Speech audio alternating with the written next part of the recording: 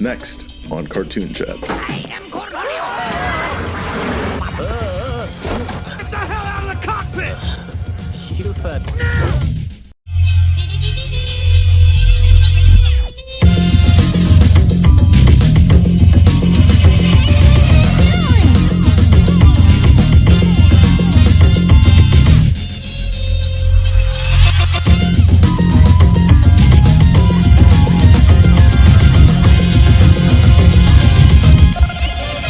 This is the Animation Conversation Cartoon Chat. Bunghole. Fire. Alright. Alright, K9 Biscuits. Yeah, and try to surprise him this time. Of course, I am Brian the Baltimorean. Usually I go first. This is a guy I go first. Catch him off guard. Catch you guys off guard. Of course, you can find Cartoon Chat at your favorite podcast service. You can find it on YouTube, and you can find it at CartoonChatPodcast.com as well. Mark, this was a cool choice. Again, this was Beavis and Butthead Do America. As someone that has not seen the earlier seasons of Beavis and Butthead, I gotta ask you, I should have asked you before I went and watched this, why choose a movie like this? But there's a clear reason why, because it's fucking good. But tell me why. I already usually been like talking down your neck about like Beavis and Butthead. How I've been like keeping up with the Paramount Plus stuff. I'm sorry, what? What'd you say? The fuck? The what? I already been down your neck with Beavis and Butthead before about like. On what streaming service? Exclusively? Oh. Did you say? The one that has If on it. Oh, good. Yeah. But like with like Paramount Plus stuff, but like I wasn't watching it back in the day. I think I've been watching it like recently, as in like 2018 or 20, because like, I think I saw a couple clips online. I was like, oh yeah, I remember seeing this show here and there when I was channel surfing, and I just started watching some Beavis and Butthead and like, okay, this is funny, and then like I remember I went to my to Evo in 2019, and I was bored on my waiting for my flight back. So I was like, let me just watch the Beavis and Butthead Do America movie, and that was funny. And so I would watch Beavis and Butthead here and there, some of the older stuff, some of the newer seasons, and then when and if you were in the future where Paramount Plus happens, and they're announced, we're gonna do a Beavis and Butthead movie, and we're bringing back the show. Alright, I'm down for that. So, like, I love Do America, but then they came out with Do the Universe, and Do the Universe is fucking great. We're gonna do a group watch of that soon this year at some point. And, the show came back too. And by the way, so we were talking about before about, like, long-running shows. Yes. That kind of peter out. Like, Simpsons, SpongeBob, South Park, Family Guy, Futurama even. They're not as high. They're as high as their heyday, but like in their most modern times, they're usually hit and miss. Mm-hmm. But most of the time, they don't really get that much big of a hit.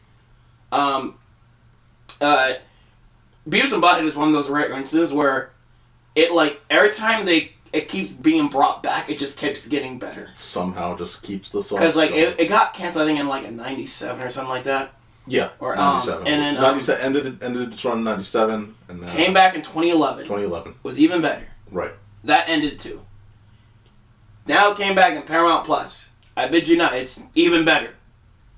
And it's keeps it either it's better or it's just as good. Not even like a little bit under. It's like either better or just as good.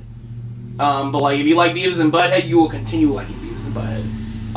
Because what I like about the show, it's like a kind of like a riddle, because I couldn't be if you hired me to write Beavis and Butthead, I couldn't do it because it's a puzzle I can't really figure out, because Beavis and Butthead are like stupid characters that are not proactive to anything they're in, and it's like they just have to somehow find their way into a plot. They just bumble their way into a plot they just don't belong in, and like. It's got in a weird way, because especially like this movie, like Do America, it's like this is like kind of inspired my writing, because that's what like kind of like even my current like comic comic concept is like kind of like inspired by too. I like the idea of characters just like being thrown in plots they don't belong. Right.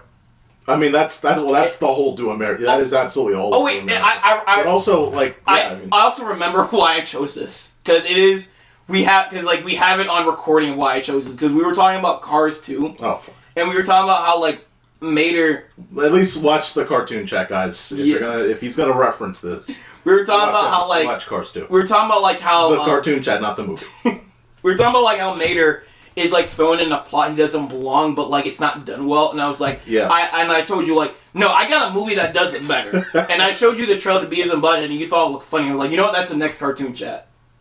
And it only took 7 episodes, but here we are.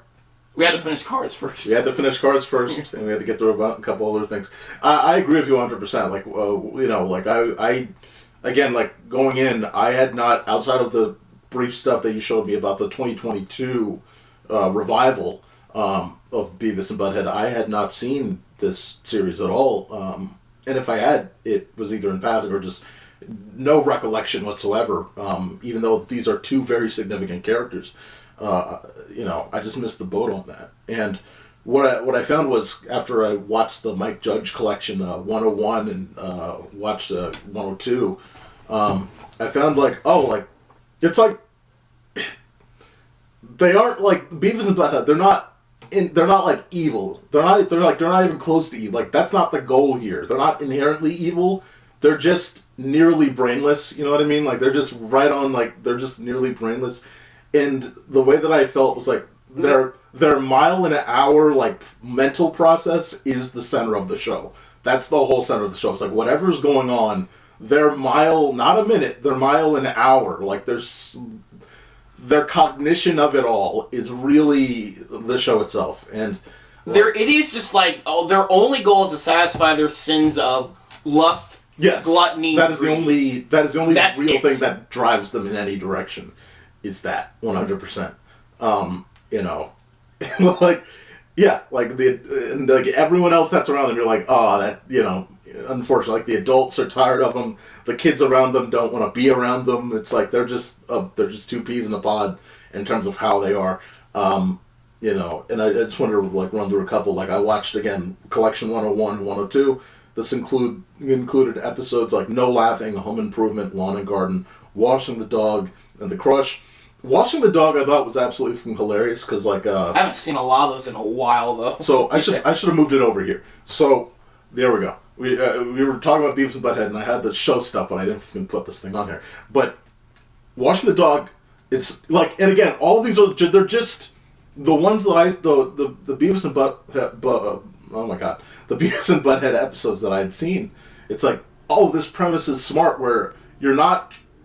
If the premise runs out of time, that's fine. You don't have to go 11 minutes on a single premise because it may lose steam. Instead, they utilize this much smaller format where it's just tight, smaller, short form things that are within a full length, television runtime. You know what I mean?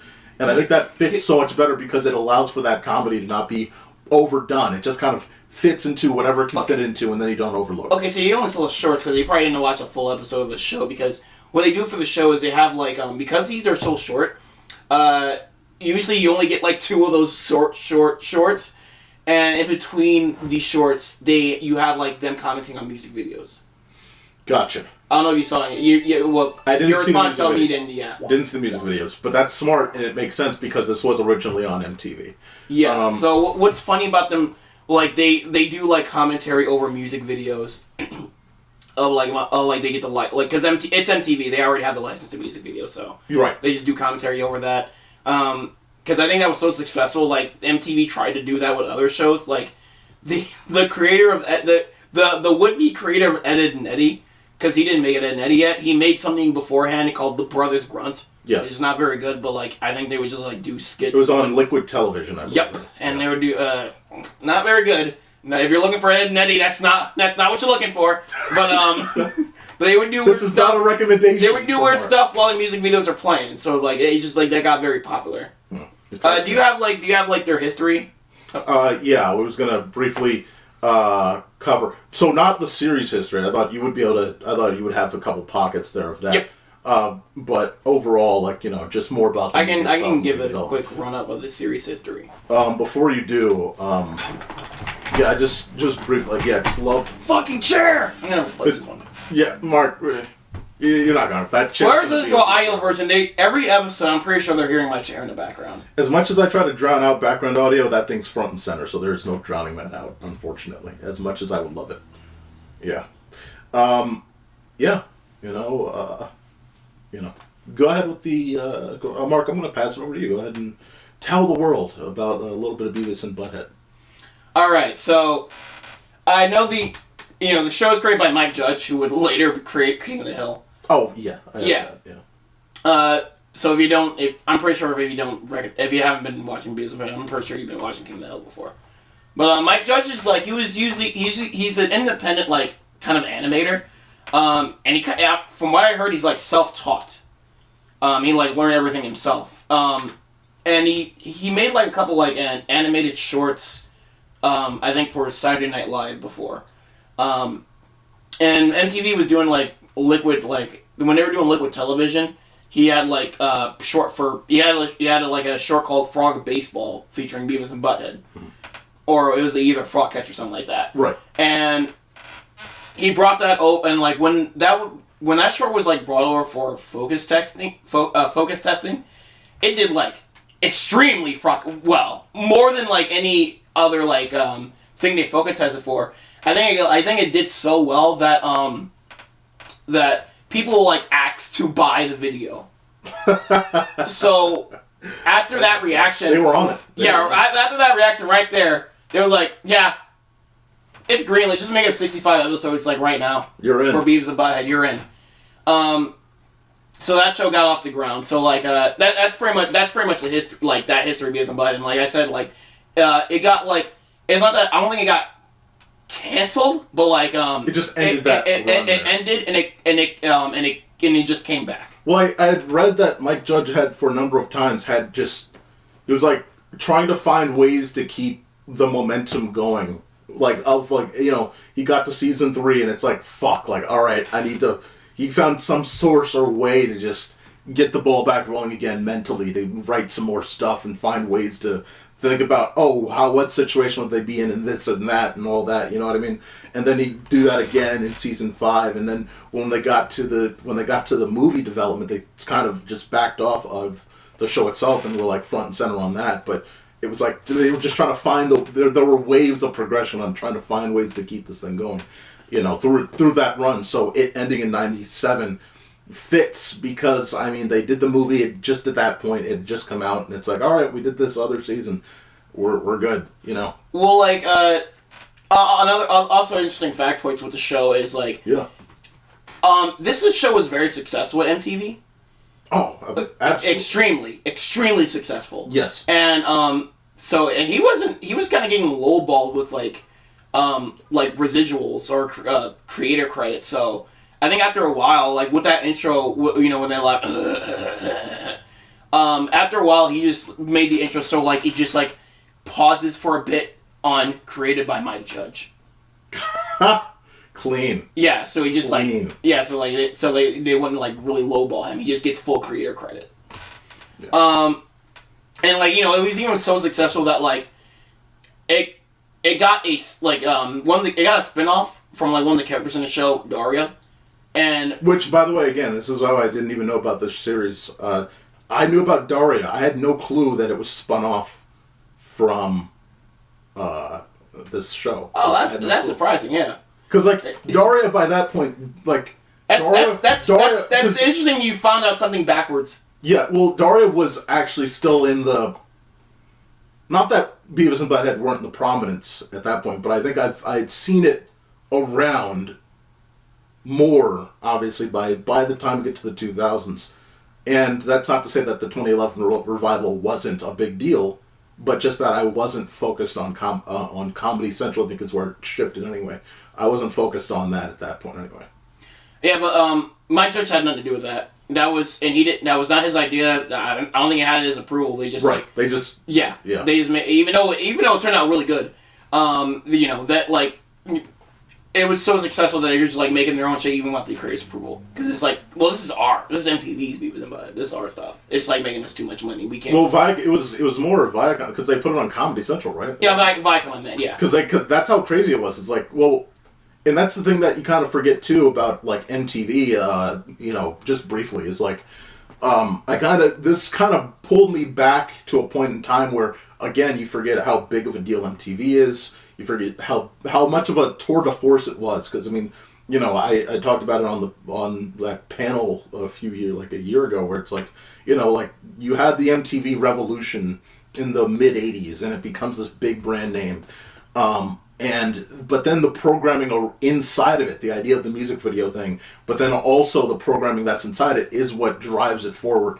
And something like Beavis and Butthead was such a critical piece to that you can't be understated how valuable MTV was at the time. And it, on top of that, shows you how big of a deal Viacom was, because they had pretty much every age group, like, in the palm of their hand. Yes. Like, because I'd written, where is this?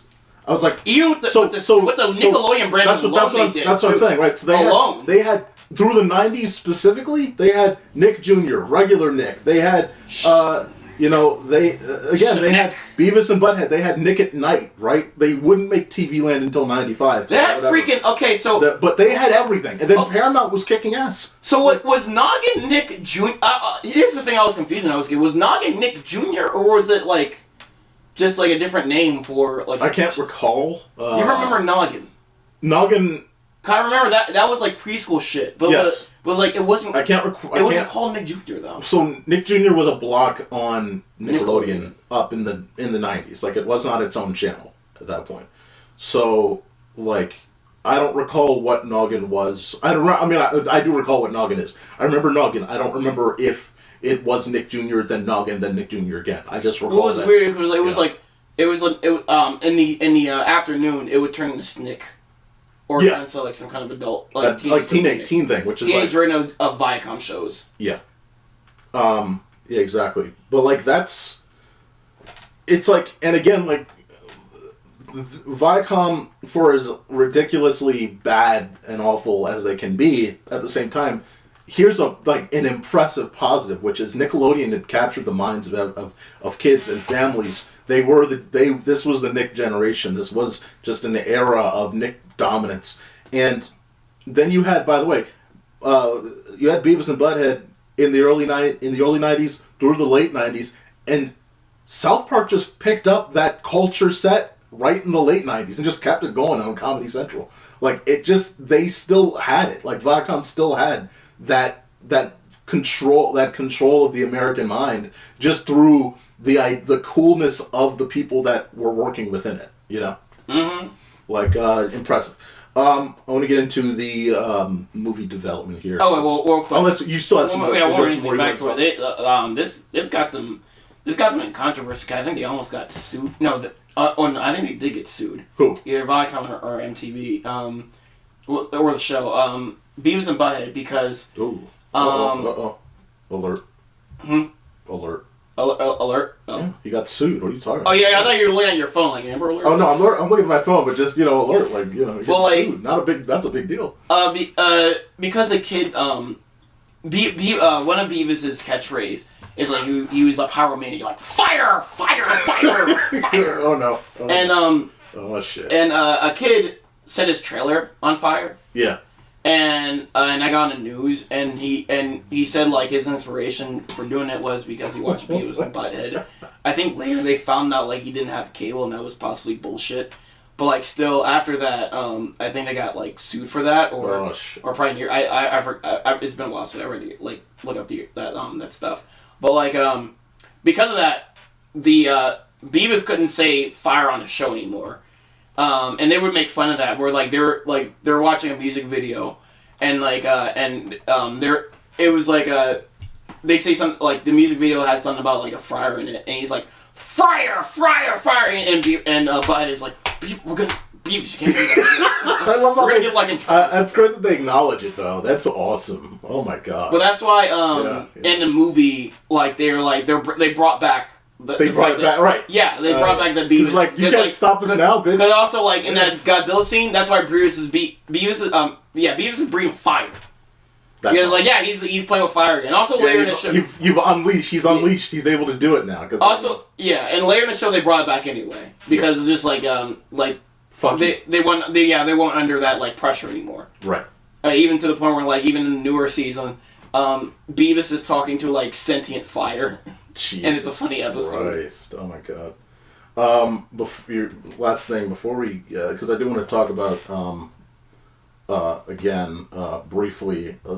Again, I just want to give props to this show because it's fucking hilarious. Oh yeah. There's an episode that I saw, or a short, whatever you want to call them, because again, like you said, I missed out on the full bulk of like what a full episode would be, because I guess I missed out on the music part of it. I got the collection, so if you ever want to borrow it. But I'm pretty confident. I mean, I still get the vibe of it, right? I mean, I'm not missing. I know I'm missing the music portion, but like the other shorts that don't have the music, I'm not missing anything, right? I mean. Well, like I said, like it does get better because you're probably watching a lot of early stuff because Mike Judge. Yeah, it was definitely early. It was definitely early. Yeah. So here's the funny thing. Like Mike Judge is somebody who like improves upon his work and kind of doesn't like to look back sometimes. So those early shorts he doesn't really like to the point where like really I remember they released like Beavis and Butthead sets on video. And, like, they released some of the older shorts, and they got those the video sets with the older stuff, with the older shorts, got recalled because Mike Judge was like, I didn't give you permission to release those. Well, I don't want anybody to see those. Well, what about the Mike Judge collection? I think because he lightened up later. Oh, because we got the... But he was but earlier he was really against it. Yes. Okay, wow. Because I have the complete collection set downstairs.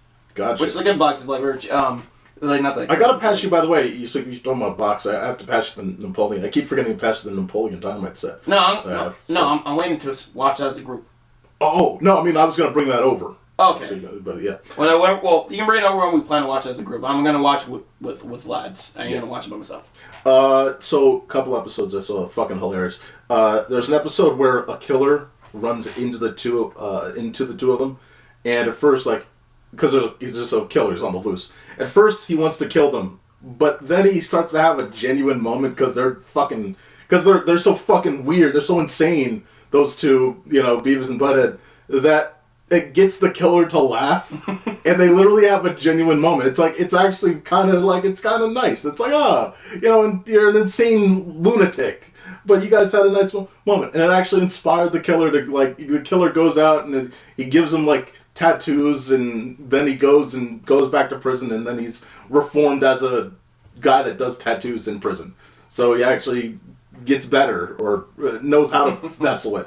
It's just funny the way that it's approached, because they're sitting there fucking laughing. It's like, this dude's just trying to fucking kill you. It's ridiculous. There's a Frisbee episode that's just fucking stupid, where he's just like, where I believe the Olympics are on TV, and I believe it's a Beavis. I think like these are some of the early ones I haven't seen because I haven't seen everything Beavis and Butthead, but I've seen like handfuls before, but yeah. Yeah, like, but either way, like Beavis or one of them, they see the Olympics, like, because they want to watch whatever they want to watch on TV. They're at a friend's house, and Beavis sees the Frisbee playing, the Frisbee like tossing and all that shit, and he looks at the plate. Like the plate that's now empty. He sees an empty plate. And he looks back at the TV. And looks at the plate. Looks at the TV. And then the other kid that he's over, he's like, no. And then like cuts to them playing Frisbee with the goddamn porcelain plate, just tossing it around. It's like, oh my god, these guys. Yeah, there's a ton of it. Oh man, watch the Christmas special. It's great. Well, now automatically this is gonna be part of the Christmas selection, like, because I'm curious now, like, but. I mean, I can't imagine a world now where I don't just pop on Beavis and Butthead randomly just because it's available. Like, it's hilarious. The situations are ridiculous. There was a Washing the Dog episode where they're trying to get Mr. Anderson's will So they start doing stuff for free, and he asks them to wash the dog, and it cuts immediately to the laundromat. It just cuts to the laundromat. Like, they're like, oh, fuck. Like, you guys, and whatever, like, it's just bad, man. It's just fucking bad. Like, but I love it. Oh, man, it's fucking hilarious. Oh, it's funny, a lot of episodes in the newer season, they just die. Oh, no. Oh, Jesus Christ. Yeah, man, This was a great, like... Dude, again, just to catch up before the movie, just to, like, alright, like, we watched the movie together, and then I watched it again. It doesn't have to be a cartoon chat, but, like, on there, like, on one of our movie nights this year, it's going to be Do the Universe. I fucking love Do the Universe. I'm up for it. Yeah. Absolutely. Don't watch that until we see it as a group, because that movie's just so fucking fun. I'm gonna watch more Beavis and Butthead. I'm not gonna watch Do the Universe, though. Yeah. That's gonna be like one of our free time viewings, so we also need to get back to Nathan Is For You. Nathan Is For You. You forgot? Is that the guy that renovates stuff poorly? No. It's not the guy that renovates stuff poorly. There's that live action guy that renovates stuff poorly. Then he has, like, you know. He's awkward? He's awkward. Yeah. That's the guy, right? Yeah. Yeah, exactly. Yeah, I'm trying to remember. All right, good. See, I got it. All right, anyway. Yeah. We're just gonna watch Beavis and Butthead stuff on our free time. Yes. But so I didn't know I didn't know you were like just like didn't you didn't watch the show at all, or you wasn't. I had no connection to the show until you showed me the 2022 stuff, and then when you showed me Do America. So this feels like a portal. It's like, again, it's like Duckman, where it's like, but Duckman was obscure. But this was big. This was like beyond big. This was everywhere. This is such a significant juggernaut. And I just don't, I don't have a fucking prevalent existence to it mentally. So it's like, again, this was fun. So, yeah. Let me get into the development real quick, Mark, of this movie. It's not too much going on here, but it is still interesting enough to talk about. You probably have seen this, Mark. I know you keep up with the focus on this. So, this was originally planned by Warner Brothers and MTV as a live-action film with David Geffen producing.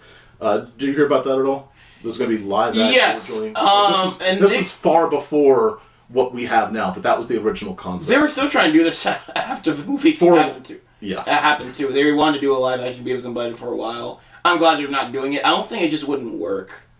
That was my thought. Is like, because like they said, okay, so what they wanted to do was, they said, okay, we want to, so look, we're gonna have SNL actors, David Spade, Adam Sandler. We're going to put an epic soundtrack on it.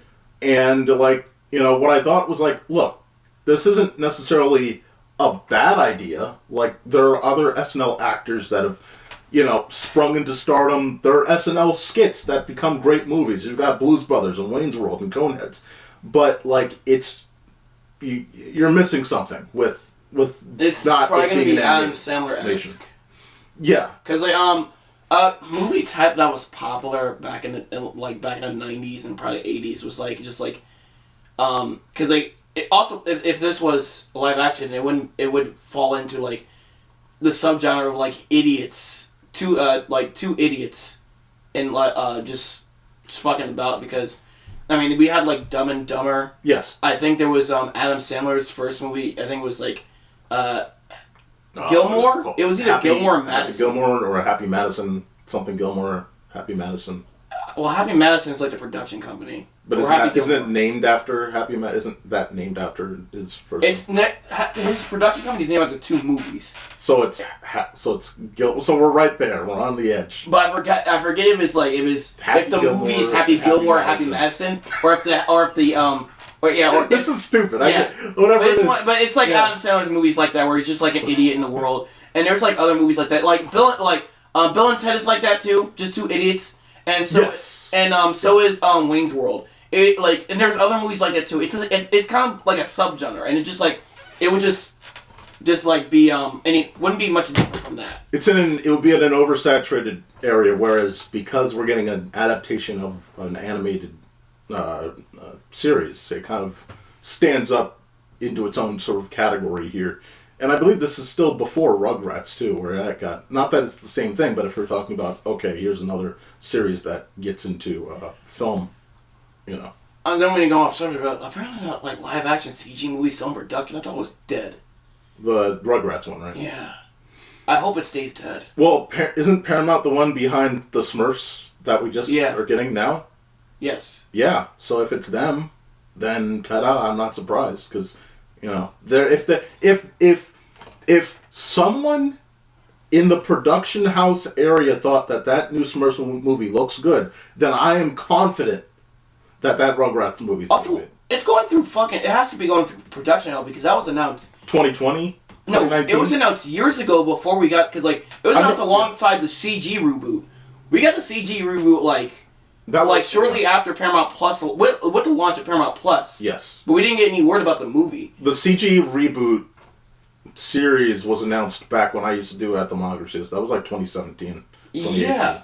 And with the movie, Jesus Christ, and then the show, just kill it. The show came out, just kill it. But then the movie, anything we heard about the movie was dead, right. And then the movie came back up again. I think the news came back up when we were around October of last year, or the year before we went to last year when we went to Universal Studios. It was it came out around fall of last year. It was the movie's still alive. I'm like, what the hell? I can't believe it. But I'm not surprised. I don't want to see it. I don't want it to exist. It's live action CG Rugrats. No, but and again, I don't want that to exist. I'm glad we also didn't get a live action Beavis and Butthead. Again. I'm not trying to go further, but another movie that trying to wrangle it in, and then here you are reeling it back out. Go ahead. Well, cast the line. There's no other time to bring this up, but you got it. While we're on subject, it's another movie they were trying to make that I think that died was it was a bunch of Nicktoons, just like a Nicktoons crossover, but live action CG hybrid, where it's I think the plot was they all came out of a TV and some smuck has to deal with them. Yeah, it sounds like Out of Jimmy's Head type deal. Yeah, it's something like that. Yeah. And that sounds like a mess. Yeah. And again, if you had the right creator and it was the right time, perfect. But I don't know. Because you would have to have Free Guy energy for that. And I think if you have Free Guy energy for that, it works. But I think if you don't, then I think it'd be like Space Jam, but shit. Isn't that just the second movie? Well, Space Jam, but complete garbage. Isn't that just the second movie? But complete garbage. Okay. Unredeemable. All right, fair.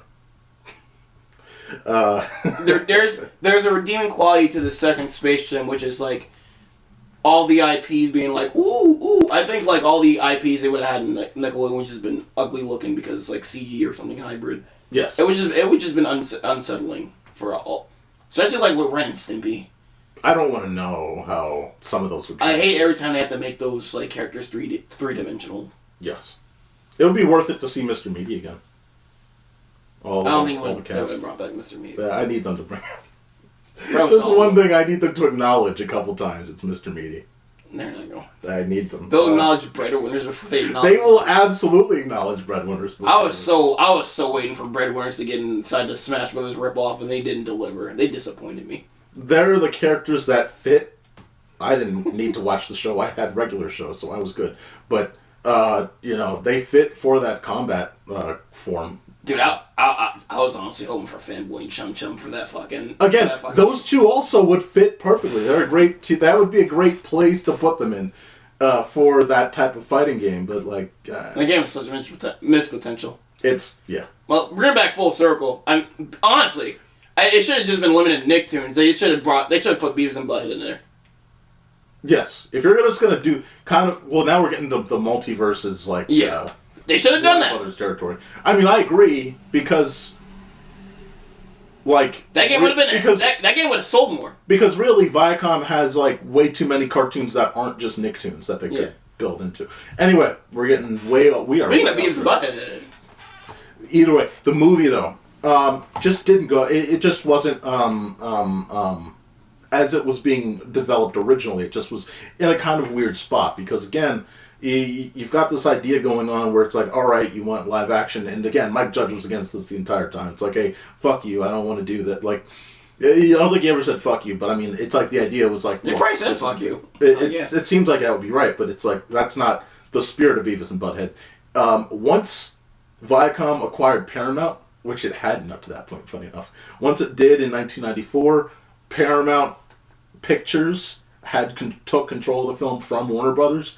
And then Mike Judge had more control, and then we get the animated segment. We get the animation instead.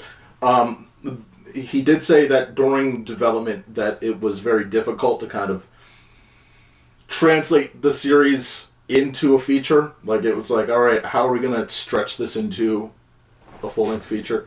That was a real issue. But they did very well, clearly. So that's my little bit of time on film development. You know. Oh, well, like they fast tracked on making a movie fast. Because like after the first episode was like released, I forgot somebody who was trying to do the album with them. Someone who like does albums.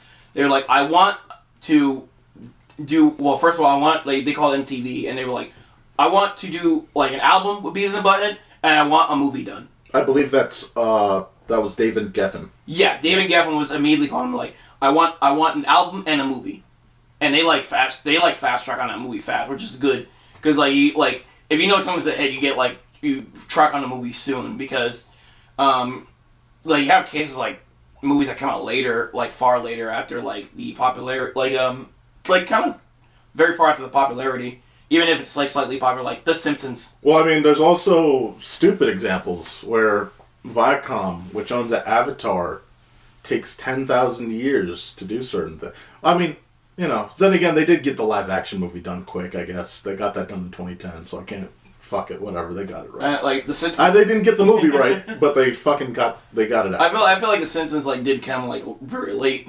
Because that should have been around this time. Oh yeah, that should have been right around this time that Beavis and Butthead. Because they were trying to think of like a movie for a while, and they just never gonna get one off the ground.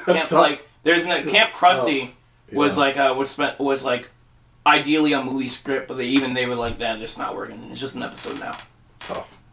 Yeah, I agree though. That 90s would have been clearly the perfect time period for that.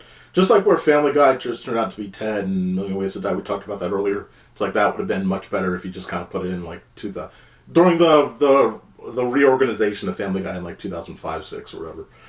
Anyway, let's get into the detail stuff, Mark. We're gonna move on. Oh wait, yes. Oh yeah, never mind. Yeah, you can go.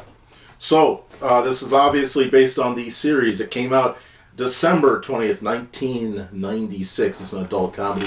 Runtime of 1 hour and 21 minutes.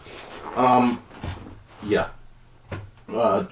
Moving on to our crew. This is where the big wigs are, along with the cast, of course, later on. Look, what can you say about Mike Judge that hasn't already been said? This is a legendary writer, voice actor, director, character designer, producer. He is fucking Beavis and Butthead, man. This guy is it. He's the creator, the director, the writer, the voice actor, the character designer of this thing, man. And like, what can I say? Like, he's also been the writer, director, creator, and or actor of King of the Hill, Office Space, Idiocracy, Silicon Valley. Like, he made a cameo in the first Spy Kids. He made a cameo in fucking Spy Kids. Like, what? Now that's the best thing on this list. I mean, fuck King of the Hill, fucking Spy Kids. Spy Kids 1 is a goddamn classic, man. I think I remember enjoying Spy Kids 2 as a kid. Spy Kids 2, I enjoyed. As a kid, I haven't watched the movie anytime. But Spy Kids 3, but we've talked about this. Spy Kids 3D was the gimmick center, and I remember that shit. Oh no! So here's the thing. I remember as a kid when I saw Spy Kids 3D in the theater. I loved that movie. I was like, that movie's great. Yep. And then the movie was available on demand before I got it on demand before it was on DVD. Yeah. And so I was like, oh, I can't wait to watch it in 3D again. So I got my 3D glasses ready and it got on demand. And it's like, it was just a 2D version. So it was 3D. And so I had to watch the movie as 2D, and I was like, this is not. I'm not feeling the feeling. This sucks. Because they had a lot of fun throwing stuff towards you, like stuff would be, you know. And then I got the movie on DVD with the 3D version. It's like, ooh, 3D. Okay, shit's popping out on me. This movie's fun again. Yeah. It's a thrill ride. That's the point of that movie. It's a fucking thrill ride. That thing is legendary for being a thrill ride. But yeah, again, like King of the Hill, Office Space, Idiocracy, Silicon Valley. Like Silicon Valley, by the way, does a really good job, or a nice job of having that tech in that time period, that tech industry perspective, and the rise of that was great. Now, I don't really like much of the tail end of it. Kind of sags a bit. But the whole climb up is phenomenal. Silicon Valley is excellent, alongside Office Space and Idiocracy, of course. So, but he was joined alongside sequence directors. These were other members of the team that worked on different sections or sequences. This includes Jeffrey Johnson. This guy, he directed a handful of Beavis and Butthead episodes during its original MTV run. He actually returned to direct episodes in the 2022 revival. So, a few of those episodes he's actually directed. And he is one of 3 directors on Do the Universe. He was the layout artist on the first season of Doug, by the way, the entire first season of Doug, which also has that. Again, I understand people don't like fucking Doug. I like how grounded it is. It's poor man's Charlie Brown. Don't say poor. Oh, fuck you. It's slice of life in a It's such a casual show that I don't think it needs to be insulted. Like, it came out. Look, you needed it was the trio. You had Rugrats, you had Ren and Stimpy, you had Doug, and I think all 3 of those work as a great triangle because they're doing different things. So I think they launched. Your hiccups, my hook mayonnaise. I forgot what the song you. It was a weird song. He was hiccup too. But either way, I think Doug gets more hate. I wouldn't put it on CartoonChat because it's not that amazing, but I think that it doesn't deserve the hate that it gets. So people are like, next. If you watch that Disney version, it probably does. I think that maybe the Disney version is like what stains it. Because the version also got a movie. All right.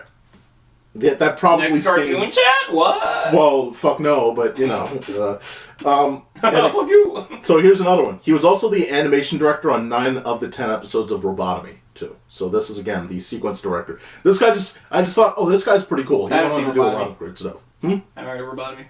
2010 Cartoon Network series. Robotomy. I don't think I've heard of that. It's a small little robot. It's okay. I just note these. Was it a limited series it didn't last. Garden Wall and Long Live the Worlds? It only lasted a season. Okay. Was it limited on purpose? No. Okay, it was supposed to. It just didn't work out. Okay. You also had Mike Deceive. I believe he also worked on the Shrek movies, Shrek 1, Shrek 2, notably. Hey now. And some. I'm sorry. I'm thinking of a different guy. Then Brian Mulroney and Chris Prynowski. Chris Prynowski, by the way, he was the director of the hallucination scene. So fucking great job on that. That shit was trippy. Good role. Animation director is Yvette Kaplan. Just want to shout out a couple of people. Some of them I didn't put credits on, but good on. This movie's fucking great. So shout out to you guys. This was written alongside Mike Judge, of course. Was Joe Stillman, and this guy was a writer on literally 24 Beavis and Butthead episodes. Most of them were from season 4 and season 5. He actually wrote a few King of the Hill episodes. He was one of the writers on Shrek, though Shrek was messy. He was also a screenwriter on Shrek 2, though, so A+. He was the head writer on Sanjay and Craig. So there you go. Yeah. That's the core of the crew that we're going to roll through. Wait, is that the first Shrek was messy? In the beginning.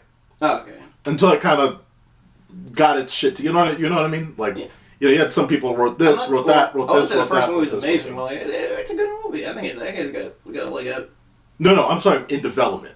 Oh, okay. I think Shrek is fucking fun. I don't think it's not bad at all. I love Shrek, but I'm saying I'm saying that the development was like it's like back burner shit. They're like, just put this shit. Was he thrown in a Shrek dungeon, or he's head of the Shrek dungeon? He's one of the. It's because there's so many writers. He's one of the executioners. He's some of the right exactly. There's so many writers on Shrek where it's like, you're not the top guy, but does that mean that you were one of the executioners, or does that mean that you just, it doesn't mean that it's a bad thing. But dude, like, your movie made a ton of money, and by the way, forget Shrek 1. You were a fucking screenwriter on Shrek 2, so that kicked ass. Like, congrats. All right.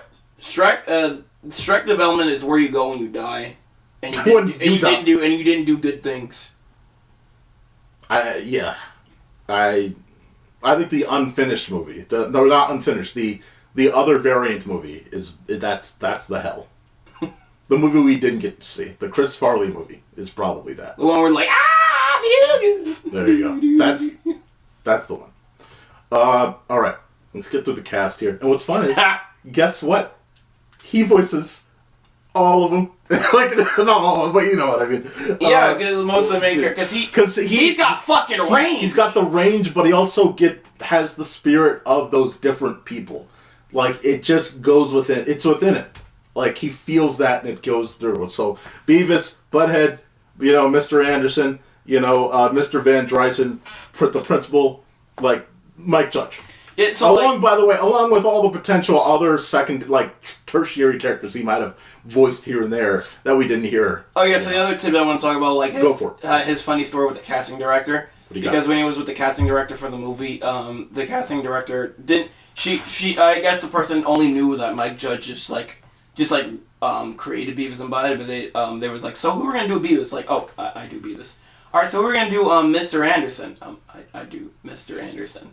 And like, the way Mike Judge explained it, he was like he felt bad because he felt like he was power tripping. Yeah, like it's like, look at me. Like, no, dude. No, I just do the voices in the show. No, that's crazy. Yeah. That's just crazy. Didn't know until once I rewatched it yesterday afternoon as a quick review. Didn't realize that was Bruce fucking Willis playing Muddy. Like, once you do, it's like, oh, that's him. But Demi Moore as Dallas, and then Cloris Leachman as the old lady. I didn't fill this in, but Robert Stack plays Agent Fleming, who has such a goddamn grand voice. Like, I want a cavity search on all of them. Now. I think another funny story is they sent digital recording equipment for Bruce Willis to record his lines. Okay. And that apparently those recordings messed up. So they had to send a recording tape, and I think Bruce Willis just recorded his lines in his laundry room or something like that. And they had to send that tape back in a box. And his lines his Roland was just kind of writing on that box, making it back to them safely because Jesus. it had to be mailed back to them. Oh my god! Recording tape, so. Jesus Christ! What a fucking potential dangerous game that is. Hey, shout out for the fact the dialogue sounds clear, crisp, and clear. Good job, audio engineers on that. You think for a big Hollywood movie they would have more secure methods, but I guess that is the 90s. It's because of its animated movie. They were not really treating it with that much budget. No. Well, you compare that to nowadays where they just fucking have someone. Well, everyone just does a remote. Everyone does a remote one. It's like, well, is your Wi-Fi speed good enough that we're not getting garbled? All right, good. Record. It's like it's even worse. Also, another thing, this movie was made around a time they were still we were getting digital animation around time. Yes. And this was still made with regular cells and ink and paint and stuff. Noticeable, by the way. Yeah, which is this movie just looks really good. Yes. It's another reason why it's such a spectacle. It reminds me of how the Ed and Eddie movie like, because like the later seasons was digital, but then for the movie they went back. To I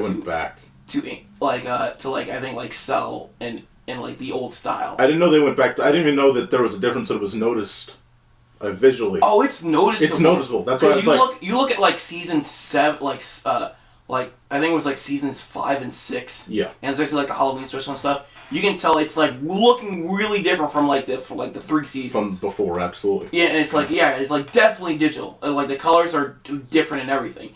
And you look at that movie, it's back to the way season 3 was like looking. Yeah, and I agree. I mean, I couldn't have told you as a kid, like, oh, what is happening here? But it was evident. You know, it's like I didn't know that much about animation even back then, but even I noticed the differences. Like, this does not look like the newest season of Ed, Edd n Eddy. Hey, this is my Diet Dr. Kelp. Get the fuck out of here. I mean, don't mean to go off to the end, because that's probably eventually a cartoon chat. But it's like Diet Dr. Kelp? Is it? I found. There you go. How did you find the Ed, Edd n Eddy movie back then? Because I remember before YouTube was like strict with copyright, I found that I didn't hear any announcements or anything. I found that randomly on YouTube back in the day when it was new. And it was in parts. If anything, I'd only seen a clip of it or two, but it was evident that it wasn't the old. That was back. We're talking Internet Explorer. I mean, this is. Oh, you probably didn't watch it until later, or did you ever watch it? This is Internet Explorer. At most, I saw like a clip of it, maybe. But I'm not saying I watched the full movie, but I mean, I'd seen a clip of it. Maybe, you never watched the whole thing? Because this was back in the day where. This was back at the time where it was clear that Cartoon Network was shifting. There was an evident shift in the difference in the way that things were going, and I was super interested in that back 2007, 8, 9, 10, 11. And some of that stuff is like clips on YouTube. Most of it is clips on YouTube at that point. And yeah, I saw a couple of clips, but that's about it really. I don't remember ever being advertised on Cartoon Network. I remember the big marathon for the last episode was advertised for I don't remember ever the movie was being advertised on Cartoon Network. I remember that. Yeah, I remember they advertised. They had them. I remember. Here's what I remember. I remember Ed, Edd n Eddy was everywhere on Cartoon Network. It was regularly airing, and then suddenly it just. Boop. I remember the build-up to the last episode. Right. And the quote-unquote last episode, and then they had the invasion special with a new Ed, Edd n Eddy episode, and what the fuck? Did you guys just hold on to this like a fucking? But that was that was still being advertised after with the after final, the end. And that came after, and that other came afterwards. Someone is at the front door. Ooh. Pause. Alrighty, we are at the feature focus discussion portion of Cartoon Chat. Of course, we're finally here to talk about Beavis and Butthead Do America. We're past all that stuff. We're having a lot of fun, having fun conversations. Let's get down to brass tacks, the real stuff here. Mark, we start our movie with, I'll tell you, I don't think there's a better way to start a movie. It's a lot of fun. Just the whole idea, Beefzilla, this idea where you're literally just paying homage to stuff like King Kong, Godzilla, things like that. But just this idea of not only do you see that it's going to be a high quality experience, but it's just fucking ridiculously it's hilariously bombastic. You know what I mean? Yes. So I think the with the analogy the movie's trying to get at is this, you're seeing Beavis and Butthead on a big screen, so you're seeing them bigger than ever before. Literally. Yes. Put it as literally as possible. That's awesome. And this is a funny way to start your movie with just. No, I thought it was perfect. As in it's a giant kaiju fight with these two idiots. Yes. Yes, indeed. I love this the smack sound effects are really that sound effect they use for the smack is really funny because they use it on the show often. And it's when he smacks the helicopter. It's like he's slapping a friend, but in fact he's smacking a goddamn helicopter. The yes, yeah. The casual level of destruction and how annoyed they are with it. I could have a goofy a whole premise of this that's just longer run, but it's fucking hilarious. I love this so much. Because, like, I mean, in whatever world concept this is, this parody world concept here, it's like, they're causing untold amounts of destruction, and they're just like, cut it out, butthole. Like, it's like, get away from me, fuck off. Like, you know, trying to fight over a chick that clearly is disturbed. Like, it's fucking hilarious. Like, found it funny as hell. So you know when Beavis breaks through the glass window? Yeah. Butthead breaks through the glass window? Yes, one Butthead. Mike's judge intention was, that was supposed to be the guys breaking into their house. Oh my god! That was the intention, but even I didn't get into Holy shit! That's he brought it up in like a commentary or something. But it's still kind of that's that makes so much sense. Like if you actually, it's very smart, but like you just wouldn't really get it the first time. No, fuck no, you wouldn't. You're just enjoying the eye candy that's going on screen here. You know, like these, two, 50, 70 foot tall human teenagers just causing chaos. But it makes sense now. Like, all the destruction you technically hear could just all be, and notably the glass portion, could be them breaking in, trying to shuffle around, move stuff. But they're just interpreting it as he's just interpreting it as, you know, fucking, like, dumb shit. Which is, again, just great premise. Great premise. And also Beavis is breathing fire because they're finally able to, bring, have Beavis be a pyromaniac because they weren't allowed to do on the show anymore. Yeah, fuck the rules. Fuck the rules. Yeah. So, we move into the, obviously between this and this Shaft intro, which is legendary, of course, biggest deal is their TV's being stolen. And by the way, Leadheads. I just figured out what's going on. This sucks. It's not just the constant. They use that. They obviously use that a couple times, but they've used that in the few episodes I watched. They used that a couple times, but it's a perfect. It's just perfect to use because it's just fucking hilarious. Because again, their minds are moving at a mile a minute. It's fucking just 1 mile per hour. I mean, it's just chugging. Oh my god. But also I just love the way this movie starts because this is what I like from TV movies where. Especially for the 90s, because what was special about movies, TV movies from the 90s, is we don't have even the early 2000s, some. Yeah. Widescreen TVs weren't a regular thing back then. So, when you go to the theater, you see everything in widescreen. So usually when there's a movie, there's a TV, and you go and you see in movie form, you're seeing everything in widescreen for the first time, and so that's the first time you're seeing a familiar location, on a big screen, super size, and with new new shaders and stuff. That's what I like about the first Rugrats movie. It's we're seeing Rugrats for the first time in widescreen, but also you're seeing with these more nicer shaders and lighting and stuff. Absolutely, yes. It's it's nice to see these familiar settings with a nicer touch. Yeah, you get this level of definition that obviously you just aren't able to get on a regular basis with something like a TV series. We get into this Shaft knockoff intro, which, again, it's one of those things that Family Guy does very often. But I love what they do here in terms of that. I think they integrate it better with Beavis and Butthead here. Oh yeah. A lot of media was parodying the Shaft intro around that time too, apparently. Right. So. But I'm not saying that in a bad way, of course. Oh yeah, but just this is hilarious. It's been hilarious. Yes. My god. Yeah. So. And they do the intro where they both laugh at each other, but the logos catch on fire and then they collide and explode. It's ridiculous. It's ridiculous. What's just as ridiculous? Oh my god. What's just as ridiculous? Oh my god. What's just as ridiculous? We should just keep that in. Yes. Just as ridiculous. Just as ridiculous. Just as ridiculous.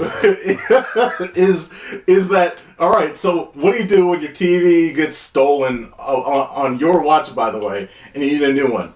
Well, look, you go to the school. Oh no, their first instinct is just to check the first trash can. That is true. They check the fucking trash. And like Beavis is already facing withdrawal because the thing about them is like they're addicted to the TV. Yes. And like the TV is like the essence of their shows. Yes. Constant stimulation. Yes. They are TikTok kids, unfortunately. And Beavis is and like they're already going crazy without TV. At least Beavis is. Like I love though when they get after like once they get to that point they're like they have an idea. It's like I want to go to school and it's like wait a minute. They go in. You ain't telling me we're going to school. Yeah, they go in and it's like they're just gonna casually roll this fucking thing out. It's just the cut from we're at school to they're rolling this TV as if it's just fine. Like the way they think about it, like it's just fine to just take a TV out of a school and just roll it on out. Oh, whatever, fuck it.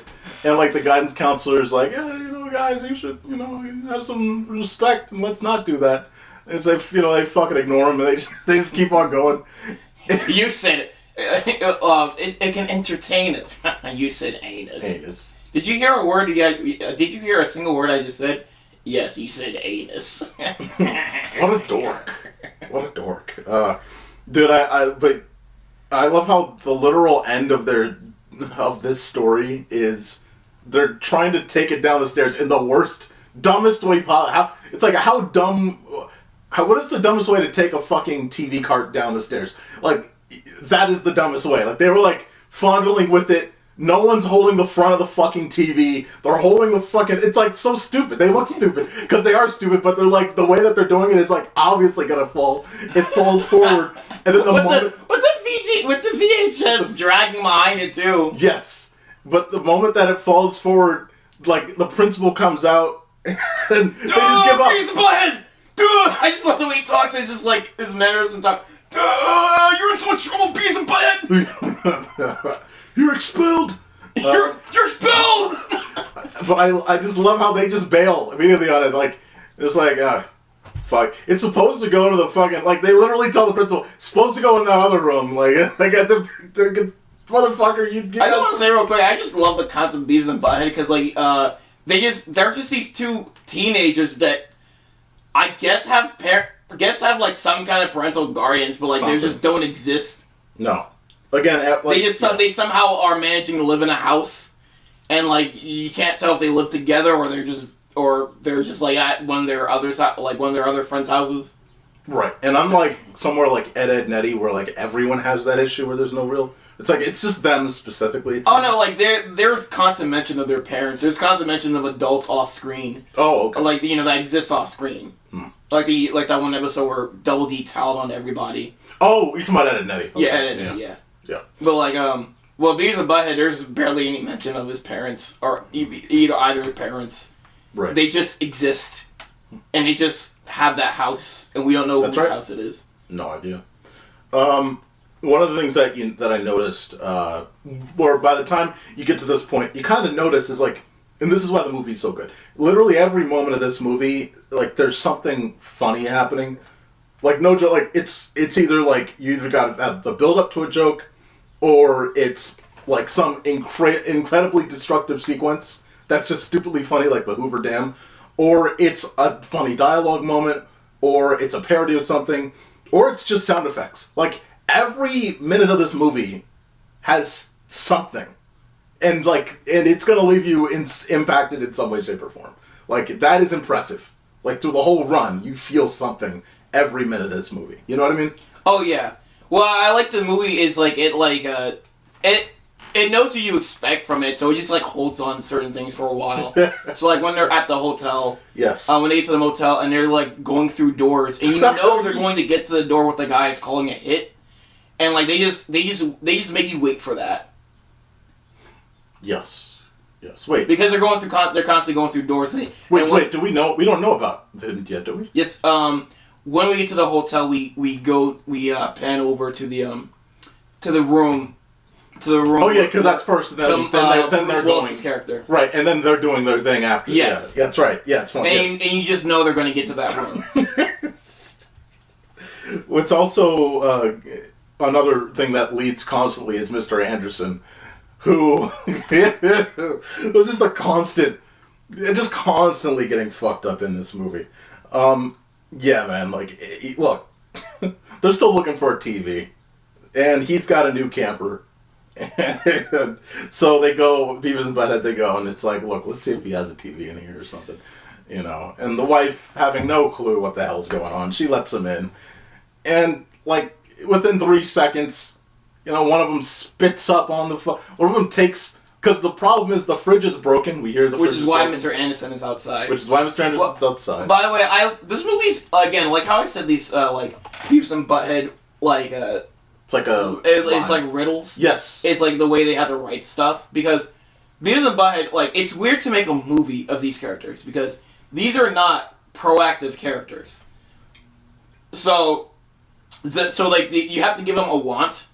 And usually their wants are just simple, which is just they're looking for sex, or they're looking for food, or they're doing something to get rich, which that will bring them sex and food.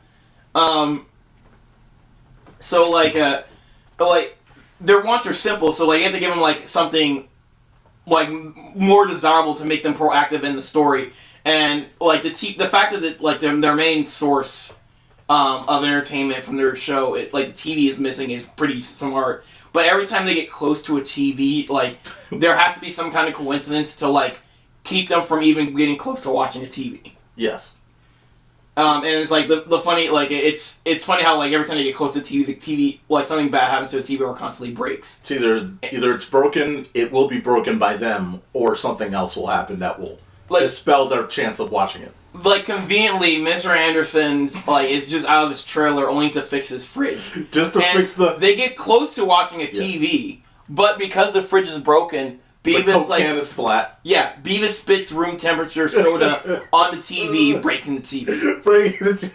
I just love how they leave too. Like, and it's like, because he's like, you know, because the old like, boys walking on my tool shit.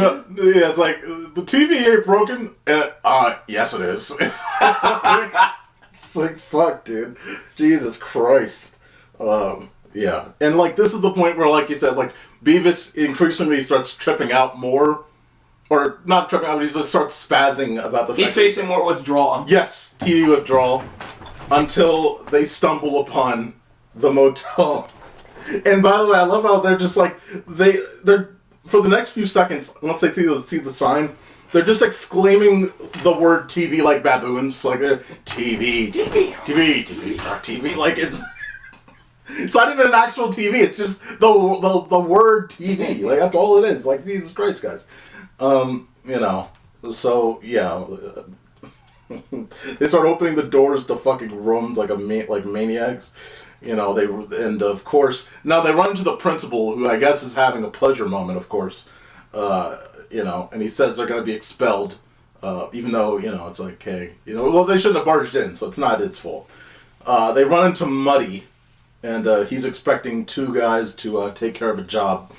I love how serious this character is, and this is obviously most of the universe. The universe is obviously moving at normal speed, and these two are just fucking, they're just all the normal people are living in fucking Beavis and Butthead's world, and that's what's so great. Is this guy's just obviously he's just. Well, the thing what's so clever about this movie is you can imagine this movie being very straightforward with like. Serious characters in place of Beavis and Butthead, but like they are somehow like moving the story forward, but just by being bumbling idiots. But like a serious guy would like follow the beats of the story, follow the regular beats of the story. The story it would like most of the story will probably be the same with like a regular serious guy in their place. Yes. But like it's like the movie's constantly creative how it still moves the movie forward with these two guys. Absolutely. I mean, this is technically, for the first quarter of this movie, it's John Wick with TVs, right? I mean, they want their TV back. Like I mentioned it earlier, but, like, this is what, like, this is how, like, Mater, like, the Cars 2 should have been with Mater. Yes. Handled a lot better than whatever the hell that was. Because the problem, like, a major problem is Mater's actually proactive. Right. And if you're going to make him stupid, first of all, make him funny. And second of all, just, like, try to try to be creative how you have him one stupid spy story. That is, yes, and don't even. And by the way, if you're going to do that, don't even have the other story of us missing Lightning McQueen's races. Don't even make that as a secondary. Just focus on him, Mater. Yes. Yeah. Yeah. So, again, he's expecting two guys to take care of a job, and he's going to give him $10K to quote do his wife. And I love because they have to use because it's a hit. They have to use like code names and say just in case it's like there's wiring anywhere. They have to which makes for some great double meanings. Yes, all over the place. It's gonna hilarious. Oh my god. Yeah. Sorry, I didn't mean to cut you off. You were about to say something. No, I already said, but they have to say the criminal act discreetly. Yes, absolutely. You're gonna pay us to do her? Yes, I want to do her, but be careful. She'll do you twice as hard as she'll do you. Whoa. Does she have some big melons or whatever the fuck he said in the car? Oh, stupid. Oh yeah, and he's like, oh yeah, huge melons. They get to the airport because, of course, what Muddy wants him to do is go to Vegas and do it there, kill her there. Though he doesn't say kill her. Oh yeah, because another thing about this, they're too stupid to get to things themselves. So you can't expect them to get to the airport themselves. So Muddy just drives them there. And the movie does take shortcuts, so as soon as they get to the airport, it just cuts to them in the airplane. You're not supposed to think about how they found the gate, how they found their plane. Just we're just gonna skip that part because we're gonna have to cheat because we can't write every detail. There's no possible chance that this movie doesn't last more than 5 hours on them just trying to get through the airport, let alone through to the gate that they need to get to. That's a movie in itself. They're too stupid to get anywhere. Yes. So, of course, they get onto the airplane. And we meet an elderly woman who's going to be a part of this movie for the rest of the runtime. Or for most of the rest of the... She's a recurring character. Yes. Thank you. That's the correct. She's going to become a recurring character. Thank you. And again, I think what's great is her senility bounces off their stupidity very well. That's where this kind of works great, it's again, the dialogue is just excellent here. Again, you're looking to score, sluts. It's just fucking stupid. And again, look, Beavis clearly can't handle being up in the air.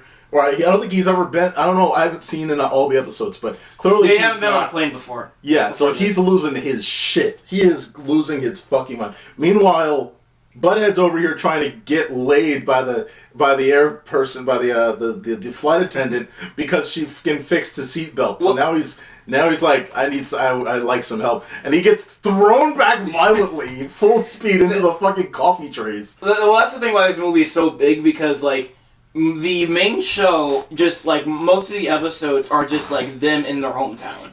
They hardly ever go outside their hometown. That's why this movie is the plot for this movie is big for them because do America.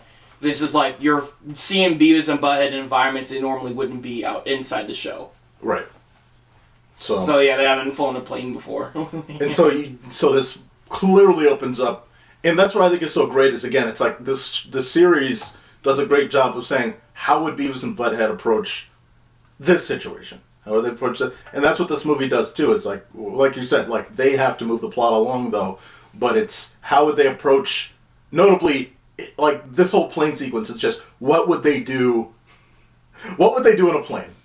Just what are some things that that this is clearly you're spitballing. I love how he thought this flights and then slapped their butts and he fell in love with my butt. She slapped my butt. Dude.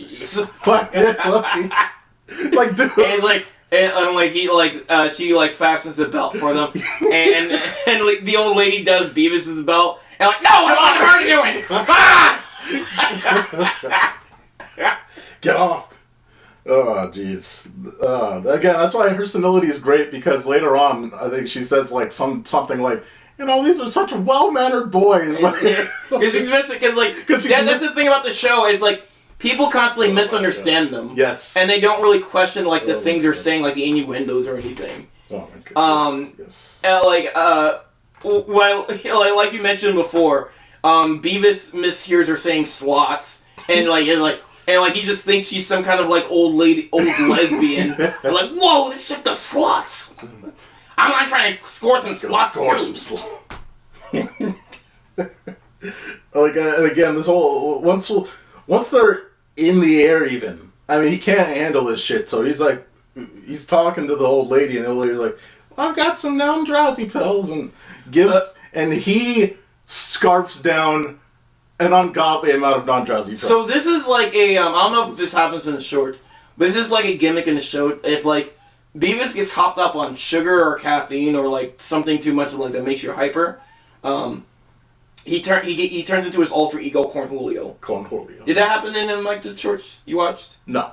Okay, yeah. But I looked it up to me because I was like, why is this a big deal? Because like when I saw it the second time, it was like I watched the second time.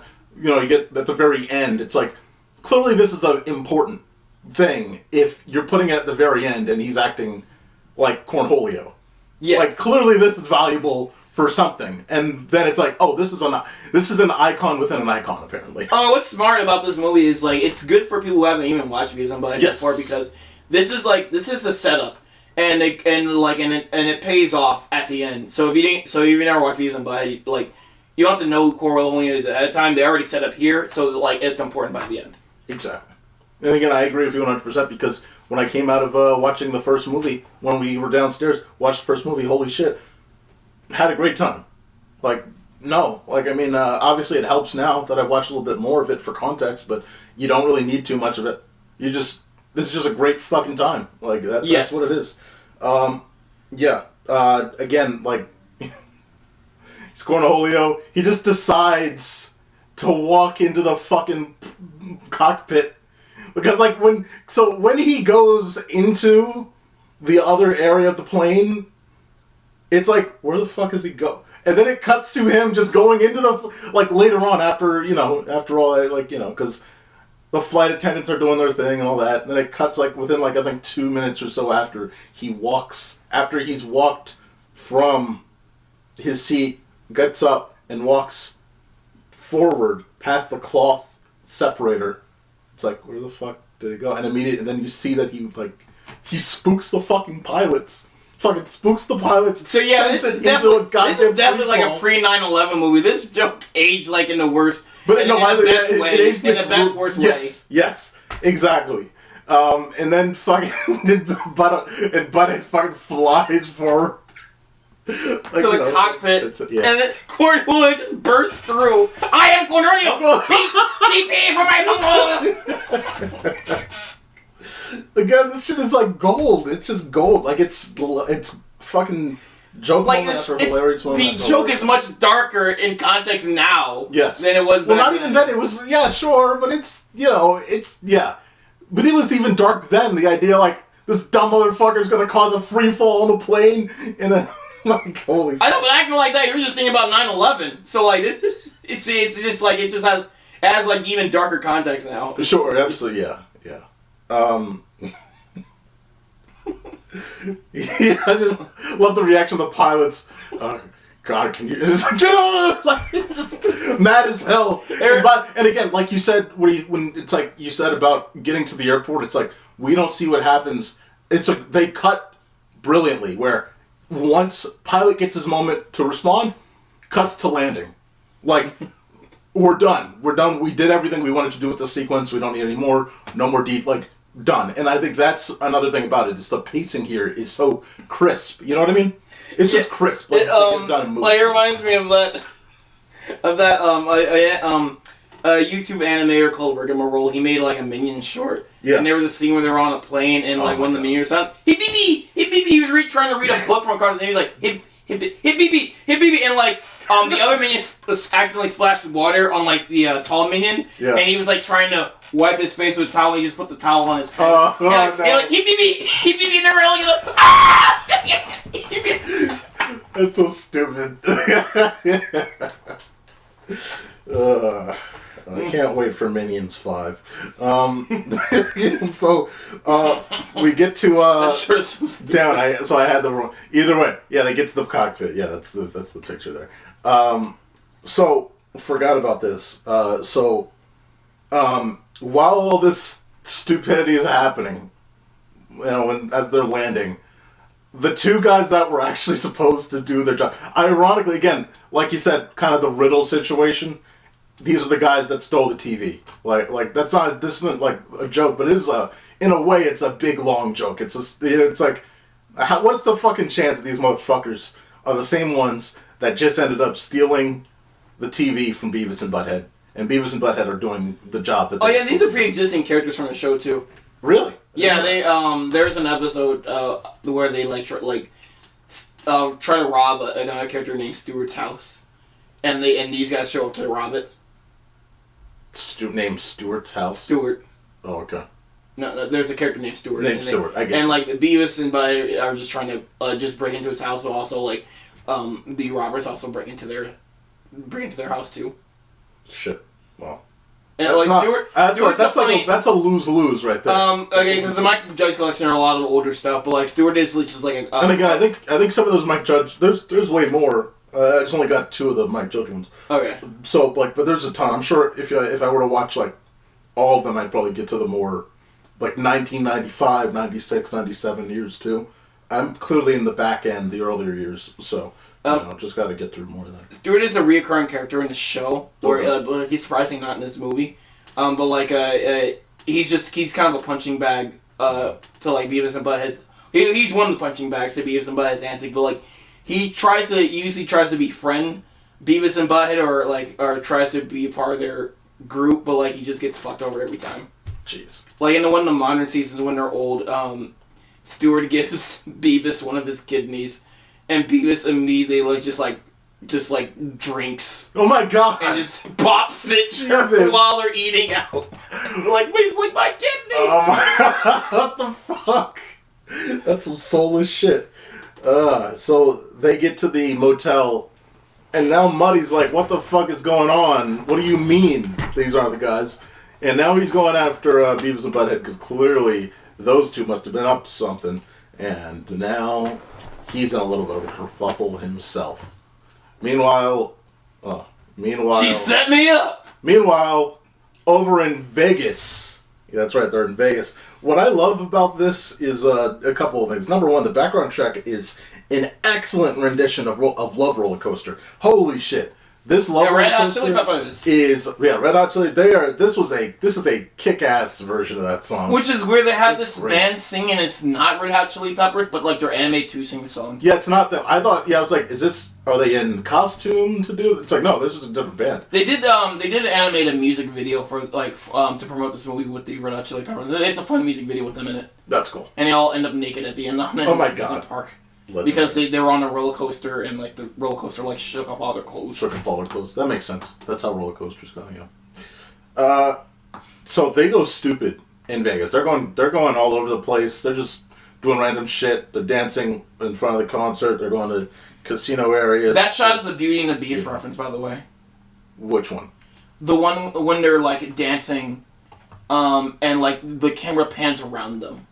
Oh, really? Yes. Oh, it's a Beauty and the Beast. Oh, shit. Oh, yeah, the way, when Beauty and the Beast are, dancing, you get, a CG kind of, spin. CG spin. They're doing the same technique. That's a reference to that shot. Well, that shit was, so apparently breathtaking for the time as a technical marvel, right? I mean, that was the whole thing.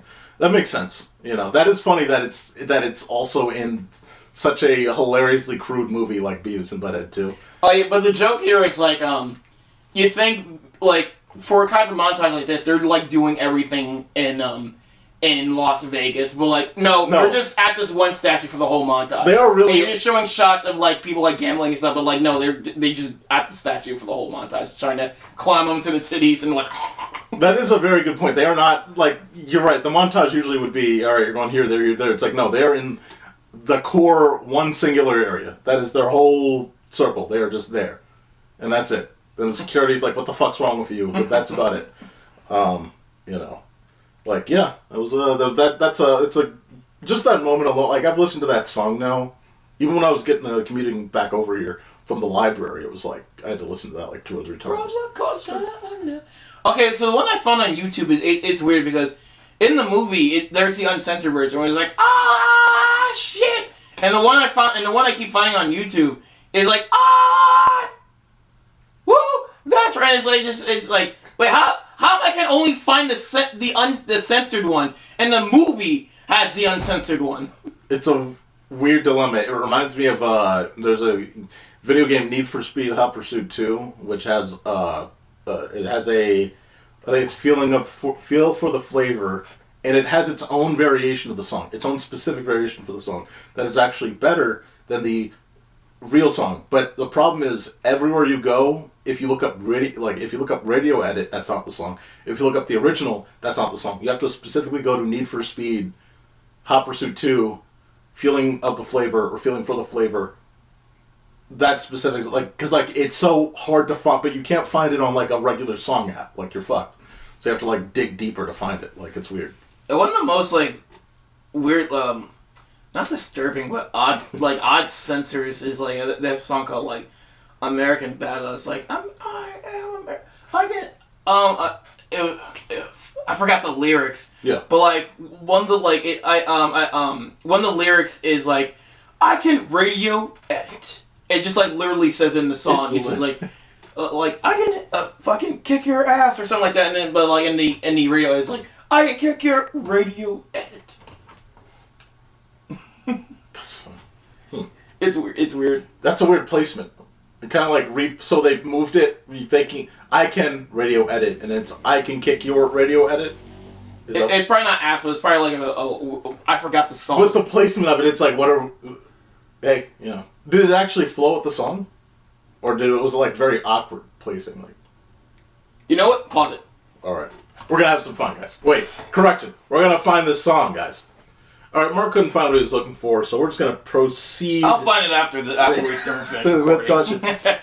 What Beavis and Butthead did not proceed with caution with was the fact that on the other side of the door of the hotel they were in, much like was told to them, was Dallas, this very hot middle-aged woman that has some sort of bad tech, right? She has something bad tech that's a danger, because pretty soon the ATF, a government agency, is on her, and even obviously you have Muddy on her as well.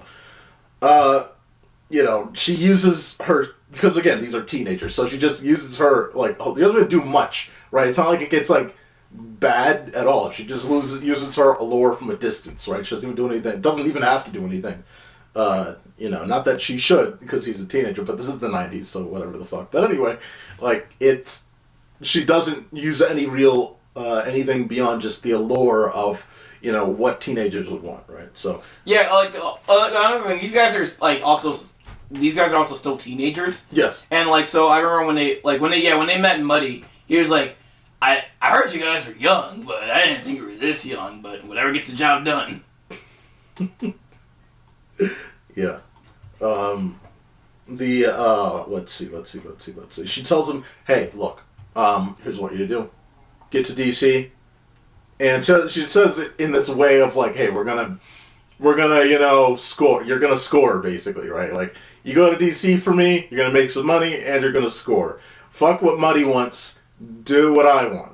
And of course, she's a hot female. So it's automatically, they say I'm gonna do what she wants. So they're they get out of there, and they get on a tour bus. Oh no, they think they're gonna do her. They think they're gonna do her. That's right, because they're stupidly fighting each other for who goes first. A couple of dunces. You know what I mean? Yeah, and usually people understand Beavis and Butthead, but she picked up that they're there to think they want to have sex with her. Yes. So she uses that to her advantage, and she grabs Beavis takes off his pants and he's in his underwear, and she's sews the device, because this is an important plot point. She sews the device inside of Beavis's pants. Yes, that's critical, absolutely, and that is the device that everyone's looking for. That's what the ATF's looking for. That's what Muddy's looking for. Yeah. Now, once they get to the tour bus, they're check it out. That's that slut from the plane. Yeah, it's a slut from the plane. But it's a slut from the plane. Yeah. At the same time, by the way, the ATF the ATF reaches Dallas, and she doesn't have it anymore. So they're like, "Fuck, we're out of luck here." They're trying to figure out where this thing went, you know, and now we know that there's more than just Muddy going after them. It's this device that is within them. They're alongside them now. So apparently, the device is like it causes people to like go get sick. Yes, it's a bioweapon. Yeah. By the way, I love this style of serious government agent style like films, or I love when the government is being played in this way in films. The Michael Bay Transformers movies did this very well, and a number of movies do this very well. I didn't know until you told me that scene with the FBI breaking into their house, was from a Transformers movie. Yeah, where he's running and he jumps in the pool and all that stuff. That sequence. Yeah. Yeah, because that movie's like I've seen that scene in so many memes. Yes. Especially for Predators. It's like the FBI. That's right. They use it for Predators. Yeah, but just break into that people's house like. Yeah, but I love when, because it's like it was threatening and it was like this like, oh man, like the government is this real like enforcement thing that's really serious, and like the 90s and 80s were all over this. Like that was like like all over the place of like. Got like government stuff, super techie, on edge, people with glasses like this, like just serious, just no inch for laughter, and I love that tone, like absolutely great. Same thing with like Men in Black, obviously with Tommy Lee Jones' character, and obviously everything about all that that area that they go to with the aliens. Love how that's played too. So like that's the vibe that I love, is like you have this angle where the government's being played like just completely straight, completely serious, and will like fucking shoot you in the head. But instead of shooting you in the head, they're gonna give you a fucking cavity search here. Like, completely different energy. Like I wouldn't want a cavity search. I wouldn't want to get shot either, but Anyway, by the way, again, I think I said this before, but great voice, man. Great fucking voice, this guy. So they get to the Hoover Dam, and the elderly woman's trying to explain, no, we're not at fucking Washington. And like a fucking dunce, we're in Washington. Like they're angry, they are furious because they want to score. It's like, no, you fucking dunce, you're at the Hoover Dam, and to keep things rather simple, how do things go wrong?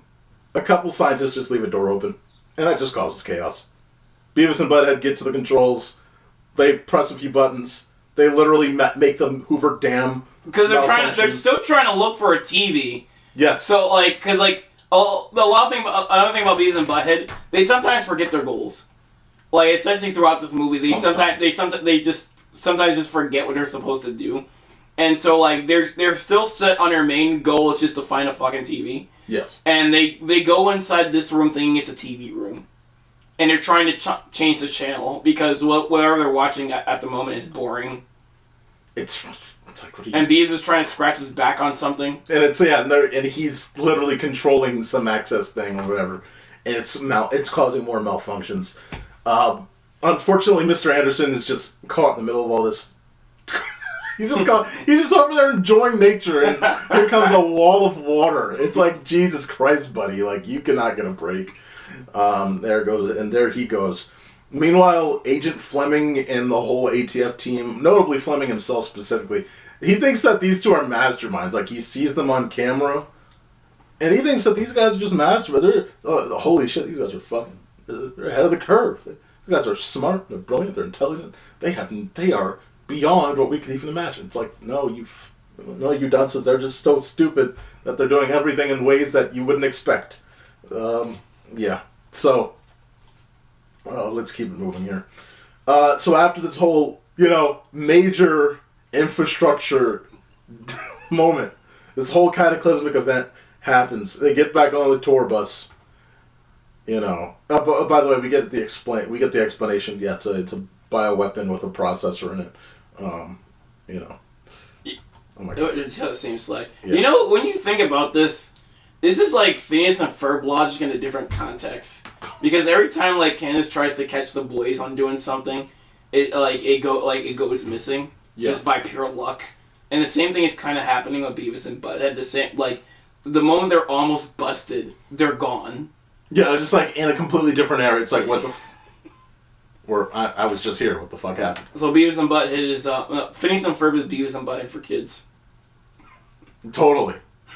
Hey Phineas, I know we're gonna do that.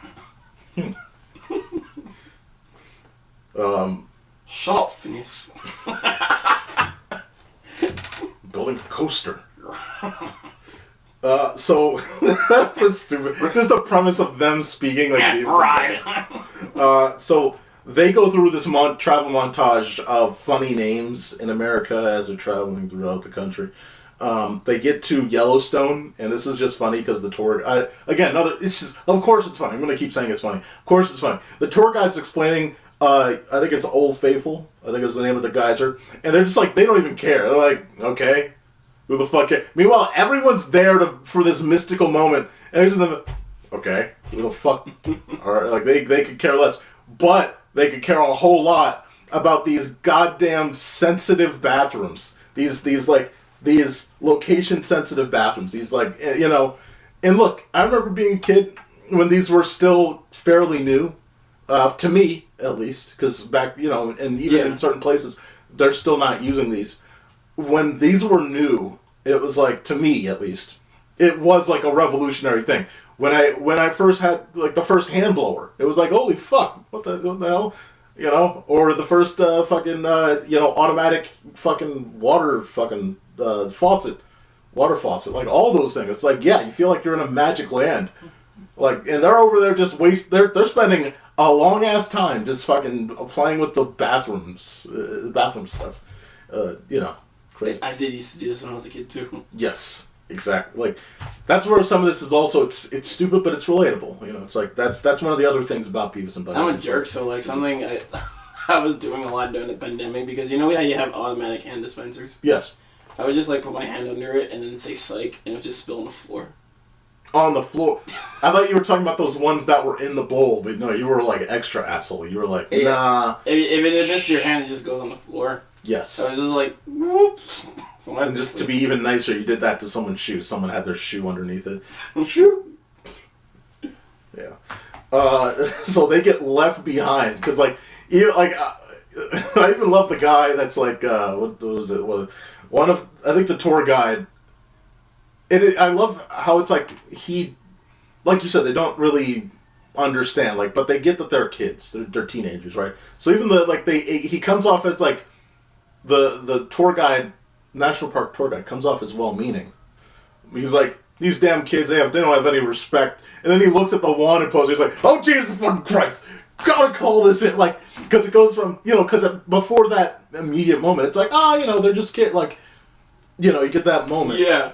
But then the elderly bus or the Dream America bus drives off, leaves them, and they're just like, Beavis and Butthead are just like, fuck it, we're getting on this is the bus. No, they didn't realize they didn't realize it was the same bus until, you know, they got on a bus full of ladies, you know. They were like, well, these were nuns. Oh, this bus is full of chicks. Oh my god, how many there we go. Bus full of chicks. Yeah. So this was it's like a nunnery bus full of nuns.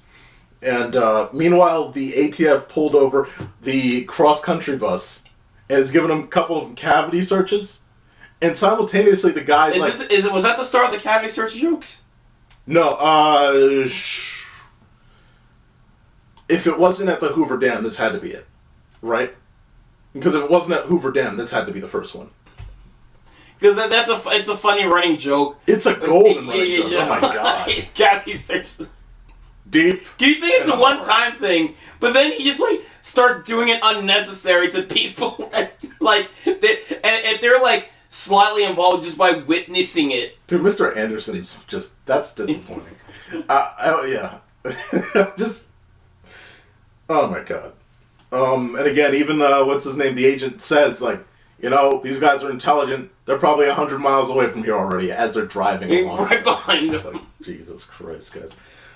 So the bus stops at a church. I don't know why I keep getting duplicates. The bus stops off at a church, and these two, Unfortunately, they think the pastor's space, this is a pastor's space for confessing sin. They're like thinking this is a porta potty, these two, and it goes about as well as you expect, and that is that they're laughing in there. Who knows if they took a dump or not? Hit yourself. Like, it's... 100 lashes. Harder. And they're just like laughing at the confessions. Yes. Absolute gold. They leave that, but again, like, I love, again, these just little situations as they're traveling, they get to the, oh shit, really, did I already? Nope, alright. So, anyway, there's not much for the Petrified Forest National Park, but the nuns, unlike the Tour America bus, were tired of their shit. They also get struck by lightning. So God, they do in this world. They do. That's right. Yeah, that is like holy shit. That's a good one. So they get struck by lightning. They take the bus to Petrified Forest National Park, and at that park, the nuns are tired of their shit. So they're like, "All right." Meanwhile, Beavis and Butthead they're hearing some what is it listening thing that's saying, and the wood was hard for a long period of time, and it's like whatever the fuck the dialogue said, for like this diorama of what the petrified wood is like. It's one of these museums that you're like, why is this a national park museum at all? It's a bunch of petrified wood, but some scientists love that. They get the fuck out of there though. The nuns are like, fuck this. Nice stoppage. The nuns are like, fuck this. They are like, they're quiet. They're like, shh, don't even fucking tell them. Get the fuck out. We don't want to be here. They get out of there. And they're just, Beavis and Butthead just decide, we're just going to, we don't have any options. We're just going to walk it. Fuck it. I think it's this way. And they just go. Which is insane, but like, that's them. Well, they don't know where they're going or how far it is, so it's like, they assume like, yeah, we can just walk there. Because they only ever been in their hometown, and they're fucking stupid. That's the second part is the most valuable. The ATF rather quickly show up, and they put a 200-mile, ridiculous. 200 miles is insane. How are you even going to, that's ridiculous. That's like, I love the over-exaggeration. Put a 200-mile perimeter around the national park's roads. It's like, stupid. And again, Mr. Anderson just kind of puts himself in this situation. I mean, he shouldn't have said shit, but he fucking says, "Yeah, I know who they are," and he just puts the boys who walking off of my tool shed. Like, he puts himself and his wife in more trouble than they even need to be. And I mean, what the hell are you, like? You know what I mean? Like, dude, you're setting yourself up here, man. And I think either it was the previous or it was this one where the cavity searches definitely start to happen. But yeah, like, I mean, he's suddenly he is an accomplice for the rest, basically for the rest of this movie. He's like he's a person of interest. Yeah. I'm gonna complain about this to my congressman. So, in the desert, they find, like, what is essentially, like, their fathers, would you say? Like, well, it is their father. We get the confirmation later in this movie that they're their fathers. But, like, we just find, like, it's, like, two older men that looks just like them. Like, older versions of them. Right. Because they explain in the future, in the overnight, that they went to the town that they're in. You know what I mean? Like, it's like they had sex with ladies from the town that they were born, that Beavis and Butthead were born from. And, it's like, it's weird. But, it's like, how do you stumble across that? Who knows? But it's clear that it's in the blood. Like, this level that they're at, it's in the blood. You know what I mean? Oh yeah, like they went to, like, where I forgot what the name of their hometown was, but, like, impregnate two women, and like I love how, like, Beavis's Butthead's dad just, like, assumes he's the only one that got laid, like, only I got laid, not you. Yeah, it's like, I scored. Stupid. Meanwhile, through all of this, I'll keep this here. So, meanwhile, by the way, while they're having this moment with their fathers here, hey, do you want to see something cool? Fire! The guidance counselor, his guitar, and the principal are all arrested. Holy shit, that's strong stuff. Look at that. It begins. Are all arrested and or destroyed for having involvement with the two. Like, he just gets his shit destroyed for just being an associate. Like, the counselor, like, his guitar gets, like, fucking whacked. Like, the ATF agents are assholes. They just beat the crap out of his stuff for no reason at all. And it's just like, alright, whatever. But because they're an association, or they know of Beavis and Butthead, boom, now they are persons of interest. Yeah. The next day, Beavis and Butthead are feeling the effects of the desert. Oh yeah, in the middle of that scene, we also get confirmation that these are two of their fathers. Gotcha. Because they found fun because of the DNA samples from the tool shed. Because of what? The DNA samples from the tool shed. The DNA samples from the tool shed. Yes, because they've been whacking off in there. Oh shit! Oh my god. That's so when they ran tests, they found their two relatives. So stupid. Let me make sure I'm lining this up right, guys. So, again, they're not feeling that great in the desert. So what ends up happening is that they're literally just going, like, he just goes and he eats a cactus. They eat a cactus, and Beavis, eats a cactus mushroom type deal. And he just trips, right? Like, Butthead seeing his fucking family, his like, he's seeing his memories, basically. But, man, this trip is wild. I mean, the visual here is so interesting. I forgot. Did you look up who animated this? I had the director there. One sec here. I had the sequence director for the hallucination scene was Chris Prynowski. That was the hallucination scene director there. You must have, like, animated other MTV stuff, like, probably the IDs and stuff. Yeah, this shit was... Oh my god. Like, popped so many... There's so much pop, like, just saturated. It's very nice. Like, again, I'm undervaluing how nice it is. It is one of the more... The whole movie is a nice step up in quality for Beavis and Butthead. It's an incredible step up for Beavis and Butthead. Oh yeah, it's a fun animation sequence, like Pink Elephants from Dumbo. Yes, thank you. That's we kind of got this version of a scene like in a movie we saw recently in the Looney Tunes The Day the Earth Blew Up, when Porky and Daffy are at like the bubblegum factory and they're pulling the lever and pushing the button. Yes, there's like a fun like scene that changes like animation style. Absolutely, that's where yeah. I mean, again, everyone remembers the Good Dinosaur had a sequence too. Everyone loves that one. You know, not as good, but Mark, you loved that one. That was your favorite part of the movie. I only remember Inside Out came out that year. Oh my god! Now at this point, I like how now it went from Good Dinosaur, we were trying to like save it, to now it's like, it's one of those movies. It's fine. I only saw it once, and I'm not gonna remember it. And I'm not gonna care to see it again. It was fine that one time I saw it. Oh yeah, that's all. And I'm gonna move on from that. Next, all right.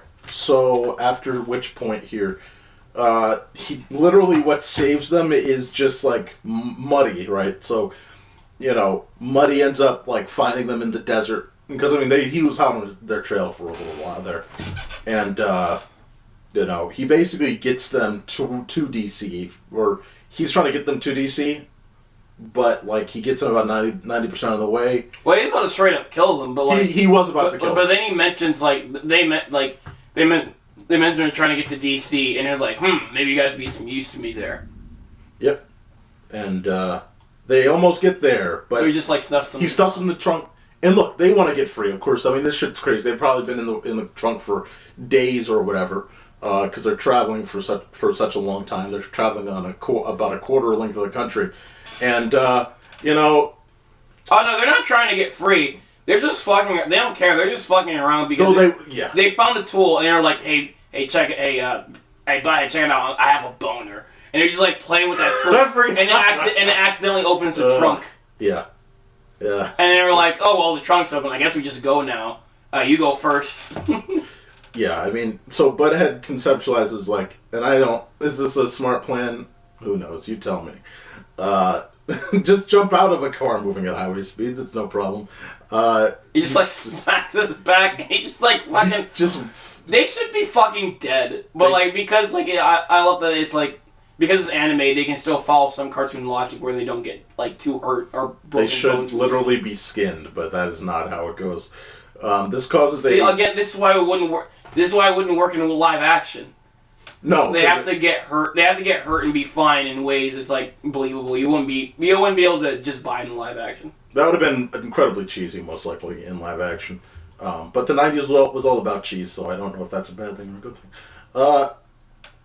Depends how you make it. It all depends on it. Because like what I'm imagining is in a live action version of this, you get a stupid whoa, like one of those stupid fucking things. Yeah. Where it's like it doesn't even impact as much. It's just like haha, okay. You know what I mean? Yes. Let's see. Yeah, conceptualize the plan, jumps out at high speeds. This causes a major fucking pileup that even Mr. Anderson is involved in again. I mean, he does not fucking get a chance here. He just is just involved. According to the news, is like the most tragic pileup. Tragic pileup ever. Like, yeah. Yeah. Shit is a nightmare. So, and they're just on TV. And after all of that, they just dust themselves off, get back on the tour bus that they were on at like after Vegas, and they just get to the rest of the way to DC. Oh yeah, no, also because like they're just on TV. Yes, they just show up on TV, and like they're like the government is looking for them. Absolutely, like it's getting serious out there. And he thinks they're just taunting them. Exactly, like, he's like, "What the fuck are these guys?" Like he's pissed. The agent guy. Yeah. So in Dallas, in DC, Dallas is already waiting. Muddy is already waiting for Beavis and Butthead. I will say there's like a really good like Congress laughing like Beavis and Butthead moment. Where the whole house. Oh yes. Of Congress just. Oh no, Muddy's not waiting for Beavis and Butthead because like he thinks they're in his trunk. That's right. He confronts. I forgot the lady's name. Dallas. He confronts Dallas, and he's like, "I have your little colleagues in my trunk." Yes. Fuck. And then they fuck. Yes. So Beavis gets back on the truck after the Capitol, and he's just fucking fed up. Because he's at DC, he's taking a fucking stand moment. It is the funniest shit ever. Because he's just upset.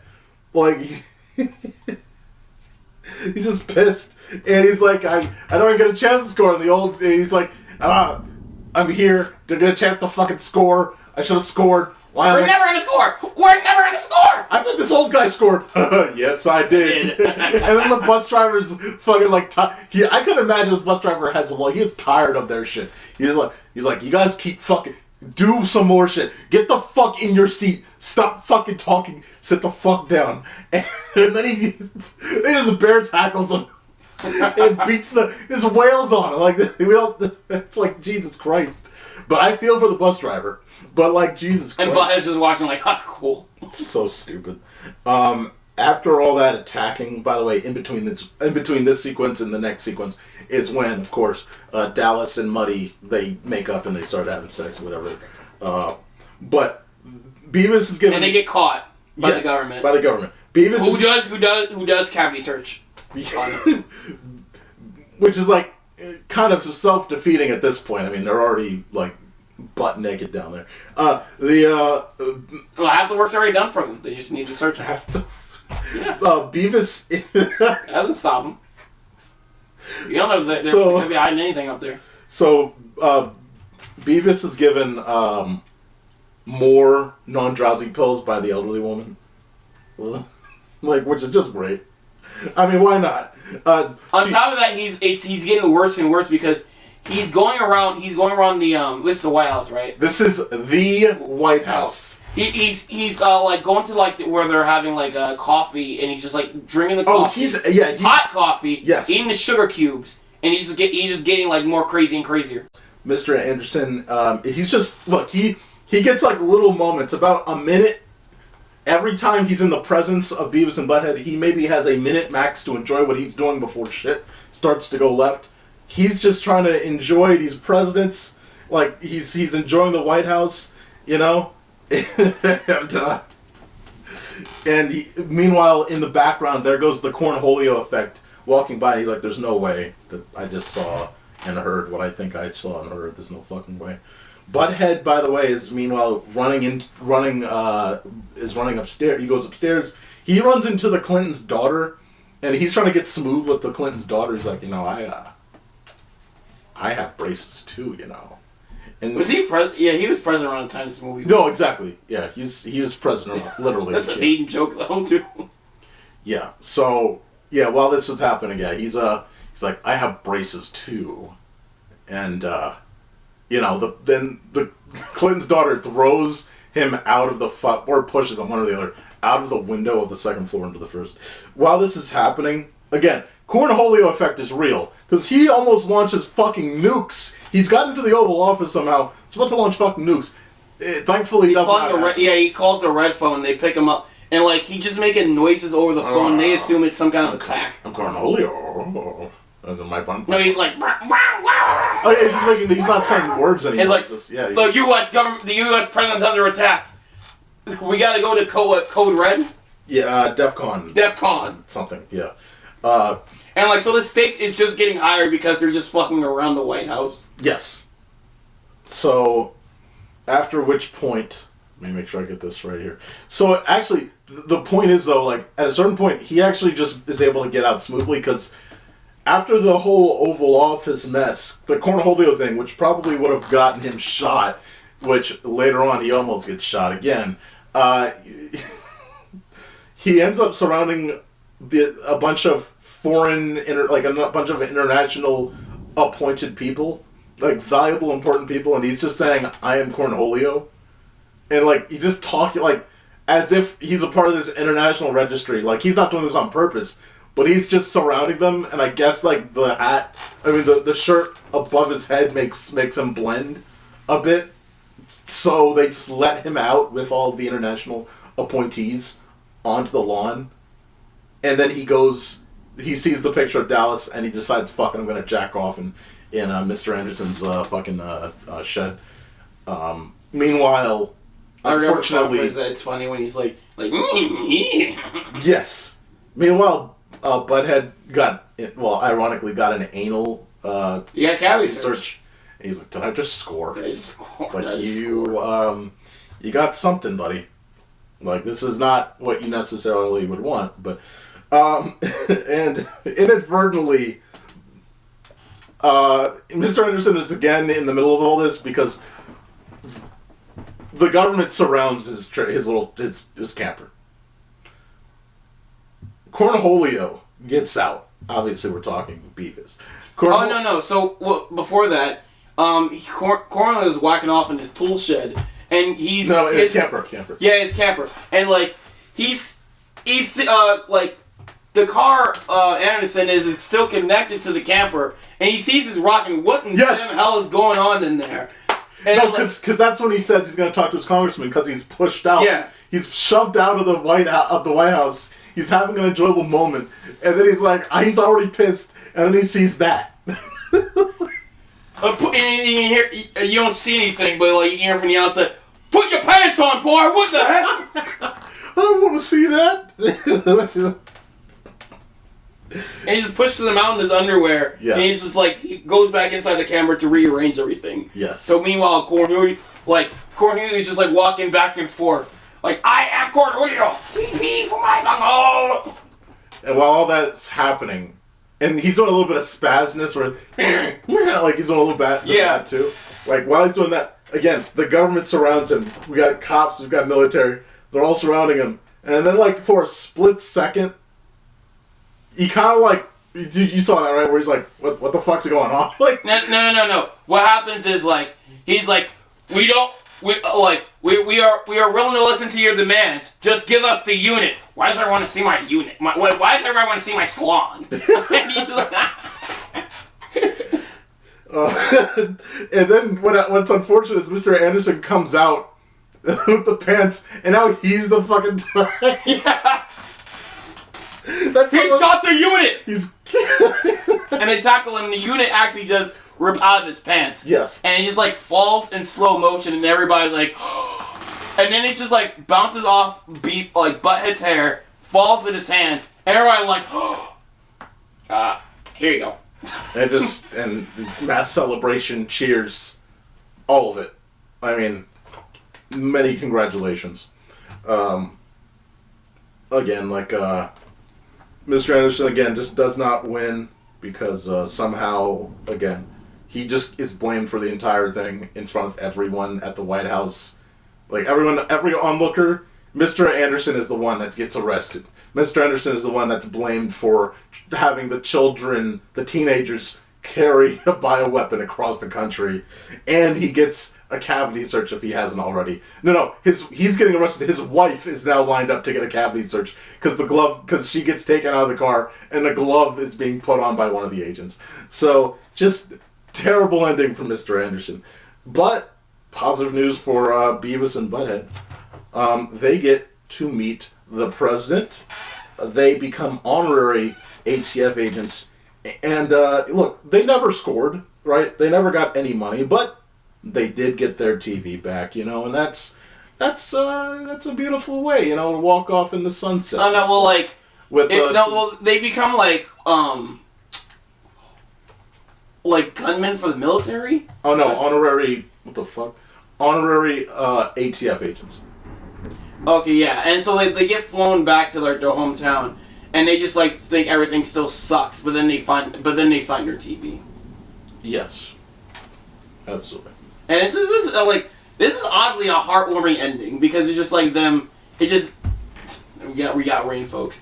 It's just like them like being happy and it's like walking off to the sunset, and it's like even though all this terrible shit just happened and so many people got violated through cavity searches, they still we still get this happy ending of them walking off to the sunset with their TV. Exactly. They completed their goal. This is the wrap up on a stormy evening here. We're wrapping our thoughts on Beavis and Butthead. You want to keep that in, or you wonder? Yeah, no, I'm gonna. If the noise continues or not, I mean, it's fine. I don't think. I know it just looked like you paused. I don't think it captured lightning though. Oh wait, there was lightning out there. What the? Or there was some. You just or this is the wrap up. Yeah, no, that was because of the thunder, not the lightning. I know. Do you want to redo that? Or? No. I did that on purpose. Oh, okay. Yeah, it's fine. I gotta keep this in too then. We're gonna keep this in too. Yeah, Mark. In terms of our thoughts and wrap up, this was what I'll tell you is this was a grand old time. Mark. This sucks. But no, I love this movie. It's funny, and I think, I think I like Universe even more. Really? Universe is also yeah. You like Universe more than this? Yes. After watching this. Huh? After watching this a couple times, did you watch? Oh no! I've been Universe more than the first time I saw it because it's just a really funny movie. Okay. I've saw Do America first and then Universe. I was decided for the hype of 2 Universe, no, I'm just saying it just gets better from here. Cool. That's but this movie is great. This is fun. I always try to watch this with a group because it's just I love movies. I love comedies with that can just carry contagious laughter. Yeah, there are movies that we've reviewed on Screen Blast for the past few years where it's look, this would be better as an ensemble with friends so that we laugh more and we get other laughs and we have a good time. You know what I mean? Yeah, usually for Cartoon Chats, you and Brian, we watch movies on our own time. This one, I made sure we got together with other lads to watch this together. Yes. Because it was it would make for an even better experience. I wish I can go back in time to when this movie released in theaters and just go into the theater with the audience laughter. I hope this gets released into the theaters so I can watch this with an audience. Yes. That and many movies, but especially this. Yeah. Well, it was fun. I watched the Beavis and Butthead across the do the universe with a bunch of Discord lads, and that was a fun time too. Right. No, 100%. I mean, again, like, this just proves, like, I mean, we talk about Seth MacFarlane all the time. Mike Judge already is thought of as in many ways as, you know, like, the best, but, I mean, this relays it again. I mean, Beavis and Butthead, this was a great choice. Had a lot of fun. And I would recommend this to anyone, Mark. You know. Oh, yeah.